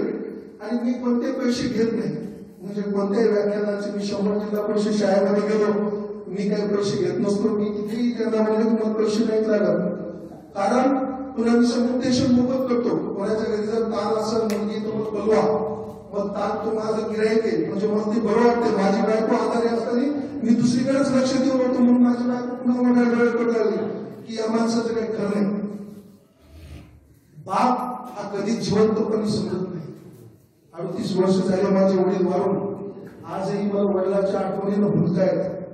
रोज मला वडिलांची आठवण आली नाही असा दिवस नाही. बापावर व्याख्यान करताना मी खळखळ रडलो आणि डोळ्यातला असून असे वर फेकले. 2 मिनिटं मी विनंती केली की थांबा थोडं. बाप माया रडून मोकळी होती, बाप रडू शकत नाही. बापाला रडता येत नाही, बापाला रडण्याचा अधिकार नाही. बापाला मनात नसून सुद्धा मुलावर रागावाच लागते. जुन्या काळात बापाचा थाप होता म्हणून आम्ही घडलो. मला अभिमान आहे की माझ्या बापाला मला मारला असत तर खूप मी नशीबवान आहे की मी माझ्या बापाची चापट खाल्लेली आहे असं वाटलं पाहिजे. माझ्या बापानं घडवलं त्यासाठी कौतुक. तुमच्या काळजीचे शक्ती स्थान फक्त मायबाप. कोणी म्हणजे माझा मित्र बिलकुल नाही, माय बाप. आता तो काळ गेलाय मित्राचा. पहिला होता की चांगले मित्र तुम्ही म्हणू शकत होते की माझा हा चांगला मित्र आहे, तो गेला. माय बाप हे सतत काळजीचे धडकणारे हृदय, त्याच्यातला बाप एक अलग पॅटर्न. आई जन्म देती, नाळ जुळलेली असती, म्हणून आई सहन करत करत करत करत त्या माऊलीला बिचारीला तिचे दोष सुद्धा ती माफ करायला लागते. आज हर घरात अनेक आया आपल्या मुलाची गुन्हे माफ करतात, मजबूर असतात. त्यांना एकदम तेवढी शिक्षा करतात त्या कडक, आणि त्याचा फायदा मुलं देते. परंतु बाप मात्र मुलावर रागातच बोलतो. बाप मुलाला चांगलं तेच सांगतो. बापाला माहित असते की बाहेर पडतो तू वाहन झालं पाहिजे. तुम्ही दारुड्याला विचारा की तुझ्या मुलाला दारू पिली तर तुम्ही अजिबात नाही. मुळात तोही दारू त्या मुलाच्या दानानच कळत येतो, पण बाप मेल्याशिवाय बाप कळत नाही. म्हणून ज्याचे बाप मायबाप जिवंत आहे, माझं म्हणणं कळून मिठी मारा मायबापाला.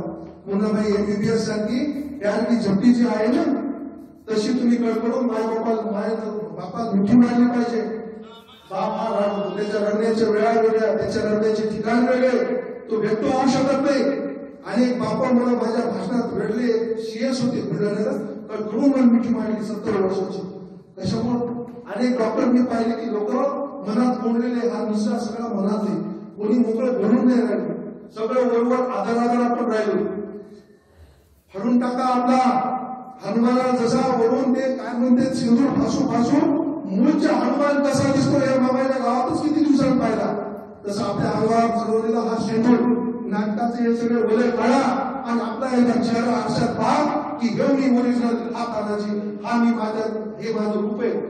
आपले चेहरे काढून टाका, माणसाचा नितळ चेहरा ठेवा, सगळ्यांशी प्रेमानं जे खरं ते बोला, प्रतिक्रिया खऱ्या द्या, खोट्या प्रतिक्रिया देऊ नका. कोणी जर म्हणलं की हा शर्ट मला चांगलं दिसते का सांगा, जर खरं वाटलं तेही सांगा. मी तो आता हे लोकांना भीती वाटते, बायको पायात सुद्धा कोणी देत नाही, त्या जरी आवडली दुसरं म्हणते का चांगली भेटू राहिली, कशाला चांगली भेटू द्यायची. आणि परीक्षा एमपीएससी फक्त लग्नासाठी देऊ नका. विवेकानंद तुमच्या पुढे उदाहरण आहे की ते लग्न न करूनही देशात नाव होतं. म्हणजे लग्न पाहिजे म्हणून, नोकरी पाहिजे म्हणून ते एमपीएससी.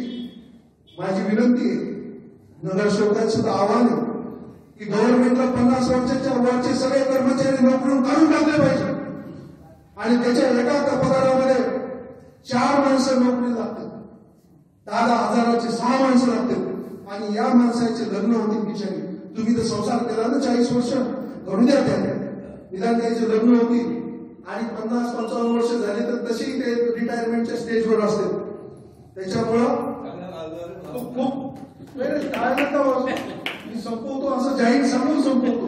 अशा किती जणांनी टाळ्या वाजवून तुम्ही काय करणार आहेत? आपण तुम्ही टाळ्या वाजवल्या तरी त्याच वेळेला मी थांबणार, तुम्ही नाही वाजवल्या टाळ्या आपल्याच वाजणार आहेत. मी आज तुम्ही मला नाकारून तुम्ही तुम्हाला स्वीकारणार नाही. तुमचा आयना तुमच्या पुढे दाखवण्याचं काम केलं, या ठिकाणी तुम्ही मला बोलवलं, त्याच्याबद्दल पुन्हा एकदा टाळ्या जोरात वाजवा.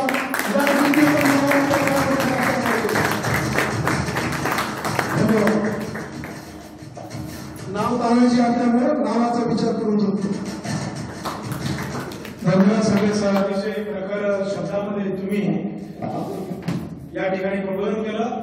हे खरं आहे की एक डॉक्टर जर चुकला तर तो एक पेशंट मारेल, एक ड्रायव्हर जर चुकला तर तो अख्ख्या गाडीमध्ये बसलेले 60-50 पॅसेंजर मारेल, पण एक शिक्षक जर चुकला तर त्याच्या हातून निर्माण होणाऱ्या अनंत पिढ्या मारल्या जातील.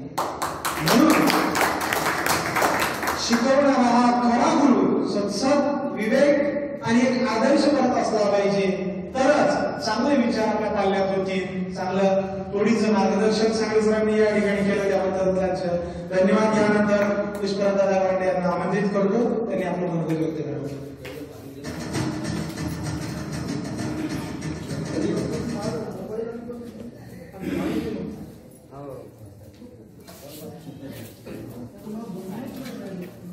या माईकचा इको कमी करता येते का? अगर काही करता येत असेल तर, कारण मला आवाज लय साडा होते काय?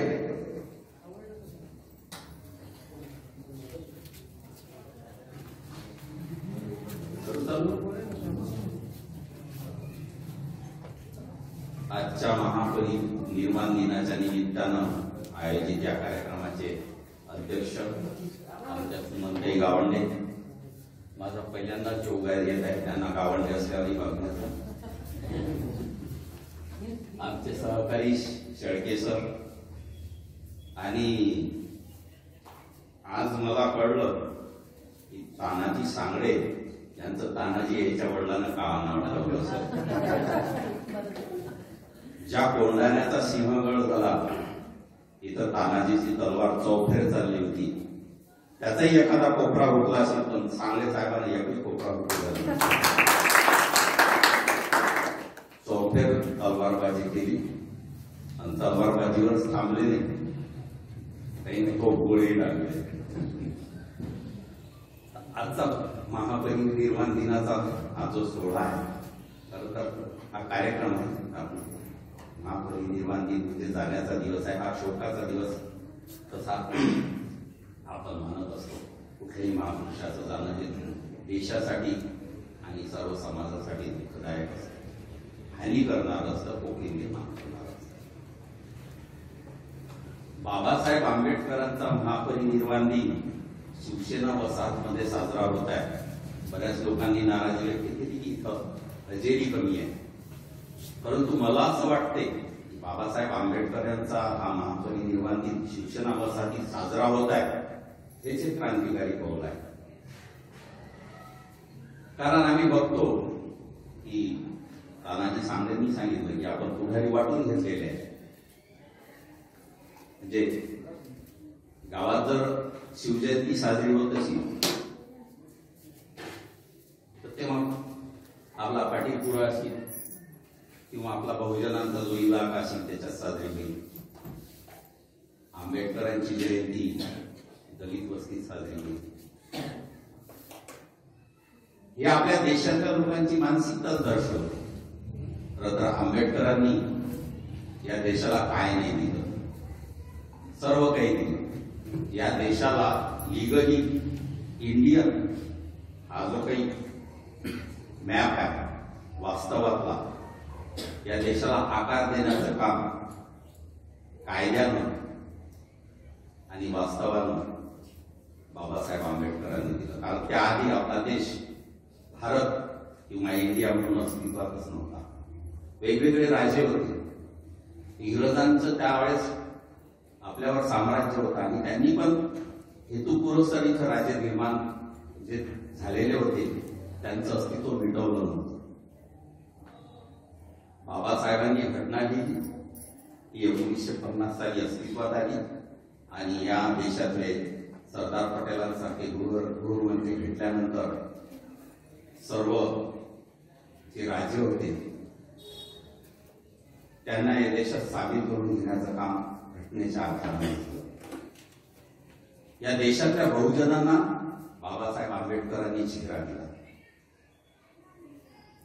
या देशातला जो वर्ग आहे हा बहुतांशी आस्तिक आहे.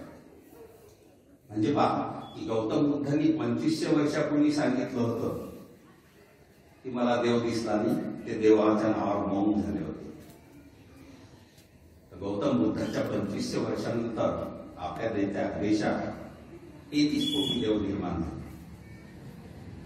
खर तर आपली मानसिकता दर्शवते की आपल्याला देव हवा आहे. आता देव हवा की नको हा विषय वेगळा आहे, परंतु जगात आजही हा देश बुद्धांचा देश म्हणून मिरवला जातो आणि त्या बुद्धाचा पायी होण्याचं काम 1956 मध्ये बाबासाहेब आंबेडकरांनी विचारपूर्वक केलं.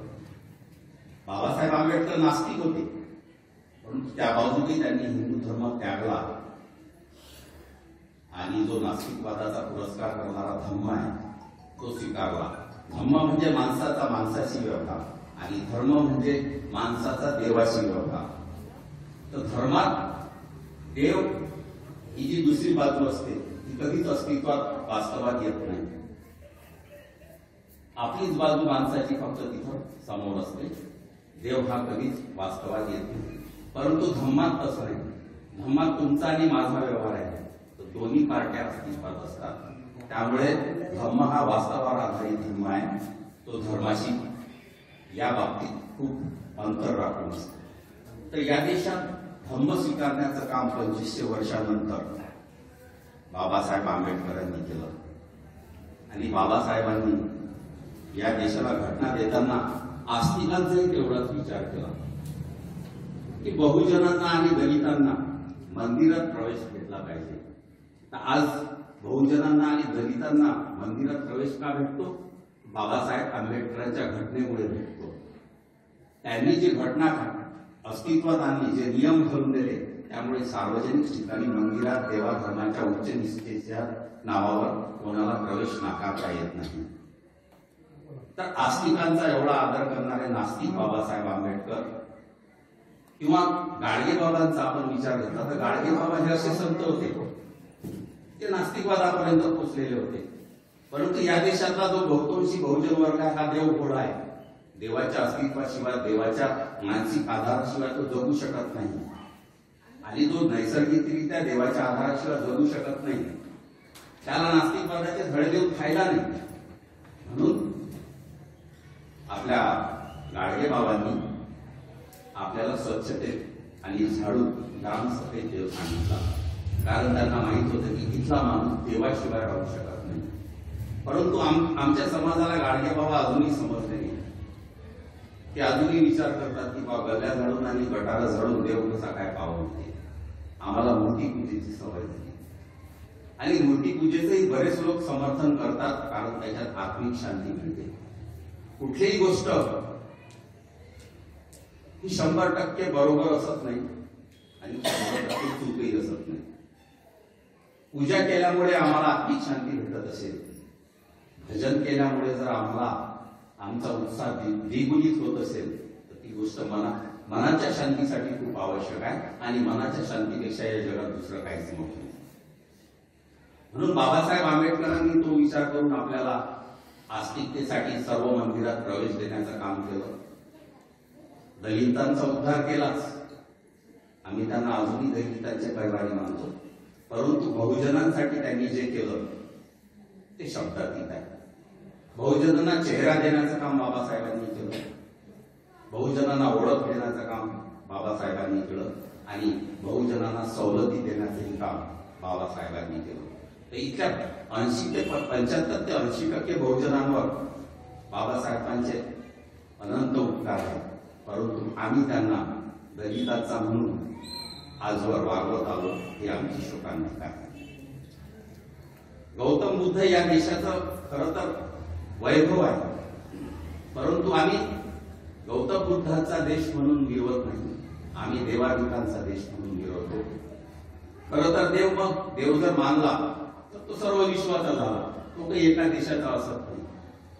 परंतु गौतम बुद्ध हा महामानव आपल्या देशाचा असून सर्व विश्वाला शांती देतो, अहिंसा देतो, ही आपल्यासाठी अभिमानाची गोष्ट आहे. आज बाबासाहेबांचा खरं तर मी वऱ्हाडी साहित्यिक आहे, कादंबरीकार आहे, वऱ्हाडीत लिहितो, शेतकऱ्यांवर लिहितो, स्वतः शेतकरी आहे. शेतकऱ्यांविषयी तानाजी सांगत खूप आदरानं बोलले आणि शासकीय लोकांविषयी त्यांना जे काय बोलायचं होतं ते बोलले. मी खरं तर आंबेडकरांचा काही अभ्यासक नाही, त्यामुळे जास्त काही बोलू शकणार नाही. मला जेवढं आकळलं, बाबासाहेब जेवढे समजले तेवढं मी आपल्यासमोर सांगण्याचा प्रयत्न केला.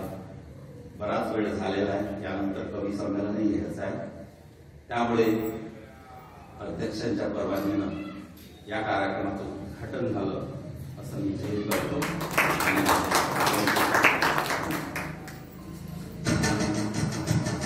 धन्यवाद दादा. आजच्या कार्यक्रमाचे जे उद्घाटन म्हणून त्यांनी आपली जबाबदारी पार पडत हा उद्घाटनाचा सोहळा आणि इतर बऱ्याच टप्प्यात आपण पुढे आलो. तर आता म्हणजे शेवटचं जे मनोगत आहे ते म्हणजे अध्यक्ष मनोगत म्हणून मी या ठिकाणी माननीय सुमनताई गावंडे यांना आमंत्रित करतो आणि आपलं अध्यक्ष मनोगत या ठिकाणी व्यक्त करावं. यानंतर जे पुरस्कार विजेते आहेत त्यांचं कविता वाचनाचा कवी संमेलनाचा कार्यक्रम होणार आहे, तो आपण हातात घ्यायचा.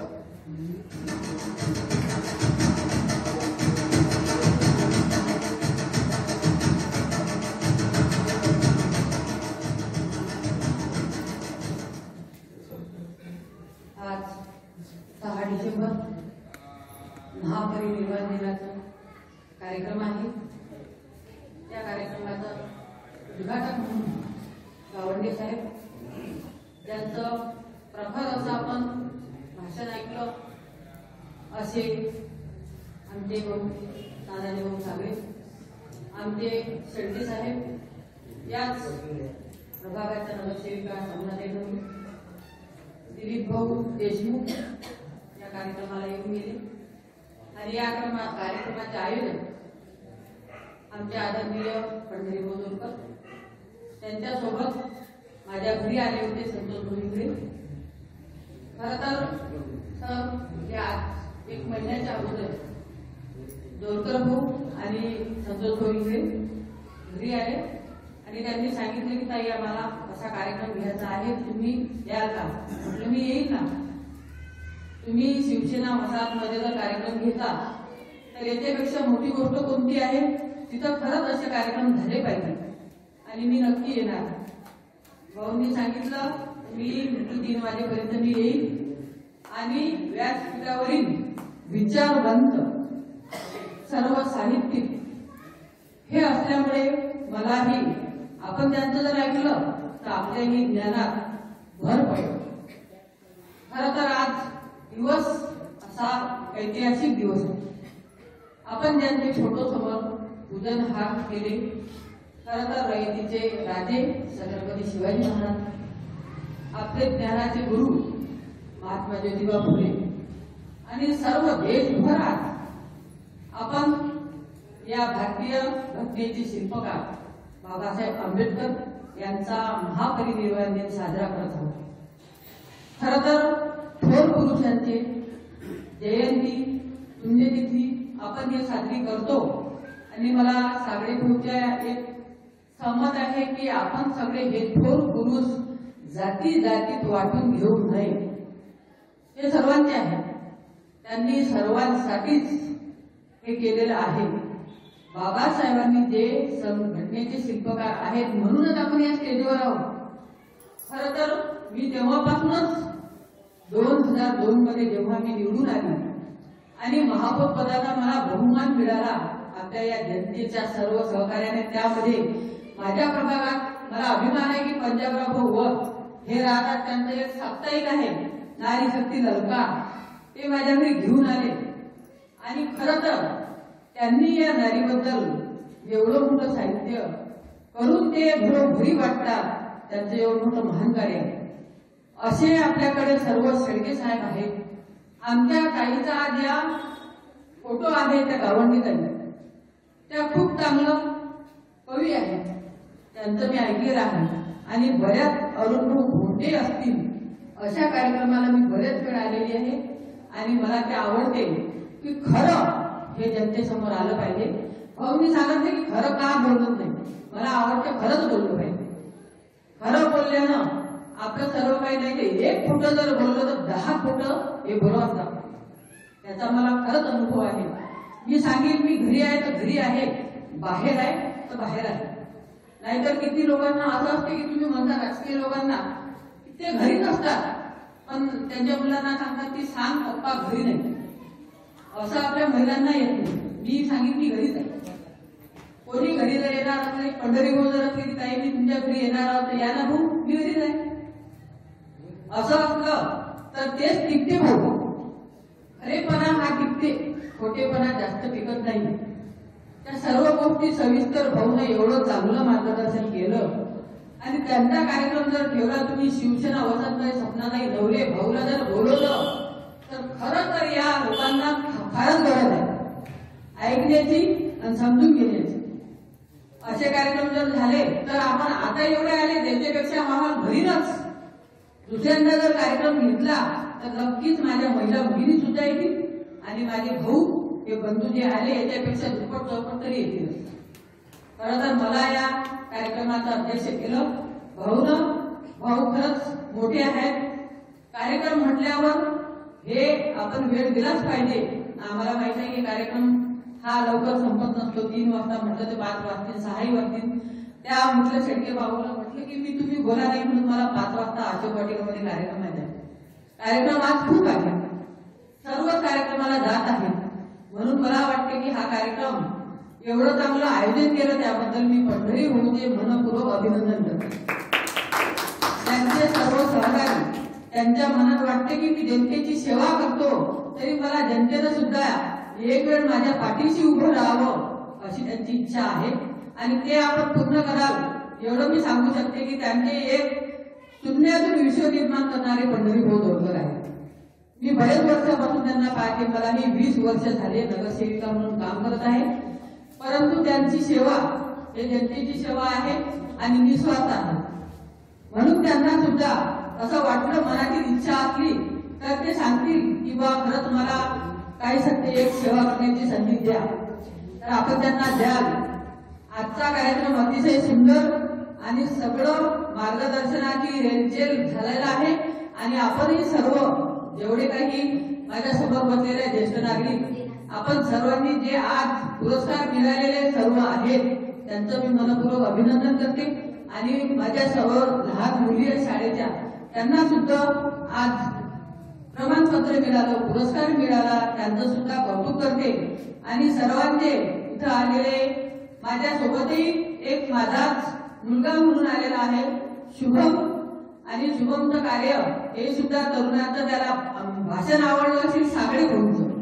तो खूप ऐकत होता आणि खरंच त्या प्रतिदान असं वाटते की नाही असं तरुणासाठी खरं तर आई बाबावर सर्व विषयावर जे बोलले त्याबद्दल भाऊंचं मी अभिनंदन करते की या कार्यक्रमाला आपण येऊन एवढा मोठा वेळ देऊन सर्व सविस्तर आपल्या समोर बसलेल्यांना सांगितलं त्याबद्दल खरं तर आपण या विषयावर जर साहित्यिक आहेत तर ते बोलूच शकतात असे काही विषय असतात त्यावर मार्गदर्शन करावं.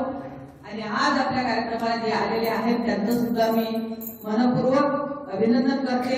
आणि मी आज या कार्यक्रमाला येऊन मी पंढरी भाऊला जे काही मनातून वाटत असेल त्यांना सहकार्य असेल लागेल तर आम्ही त्यांच्या सोबत आहोत एवढं मी सांगू शकते. सपनाताई आपण पंढरी भाऊच्या पाठीशी उभं राहून त्यांना थोडंसं सहकार्य कराल एवढी अपेक्षा करते आणि माझ्या भाषण संपवते. धन्यवाद.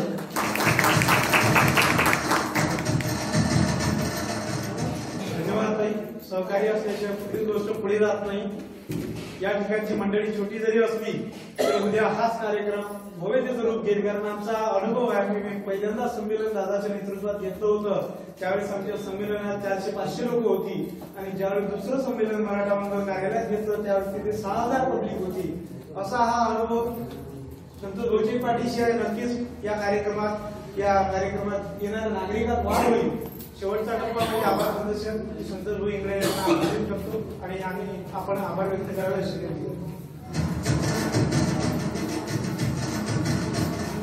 धन्यवाद. आज 10 डिसेंबर भारतरत्न डॉक्टर बाबासाहेब आंबेडकर यांचा 65वा महापरिनिर्वाण दिन या ठिकाणी आपण सगळा हे केलेला आहे पार पाडलेला आहे. या कार्यक्रमाला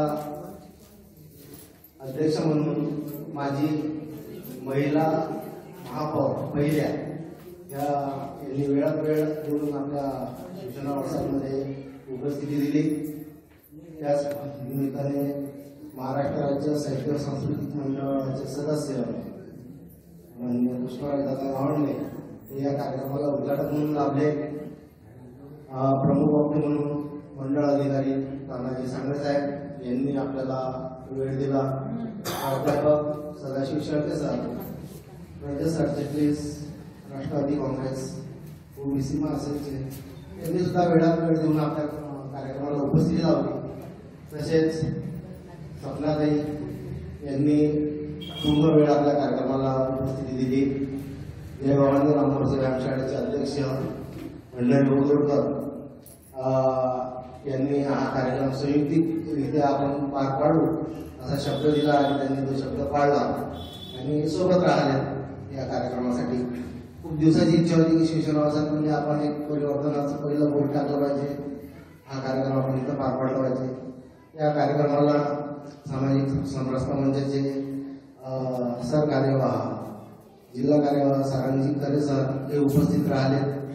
डॉक्टर मनोहर घुगे सर नारी ललकारचे संपादक, पंजाबरावजी वर, त्यानंतर सुनीलजी कांबळे सर, वराड वृत्तचे संपादक माननीय सागरजी लोढम सर, गणेश बोलागडे हे आपल्या शिवसेनावासाचे कार्यकर्ते, पंकज काळे, साऊंडची जे आपल्याला हे दिलं समजा सहकार्य दिलं ते गजानन वाळेकर आणि पंकज काळे उपस्थित असलेले सर्व मान्यवर यांनी या कार्यक्रमाला जो भरघोस प्रतिसाद दिला. नवनवीन बातम्या पाहण्यासाठी आजच विदर्भ दूत न्यूज चॅनलला सबस्क्राईब करा आणि बेल आयकॉनला सुद्धा क्लिक करा.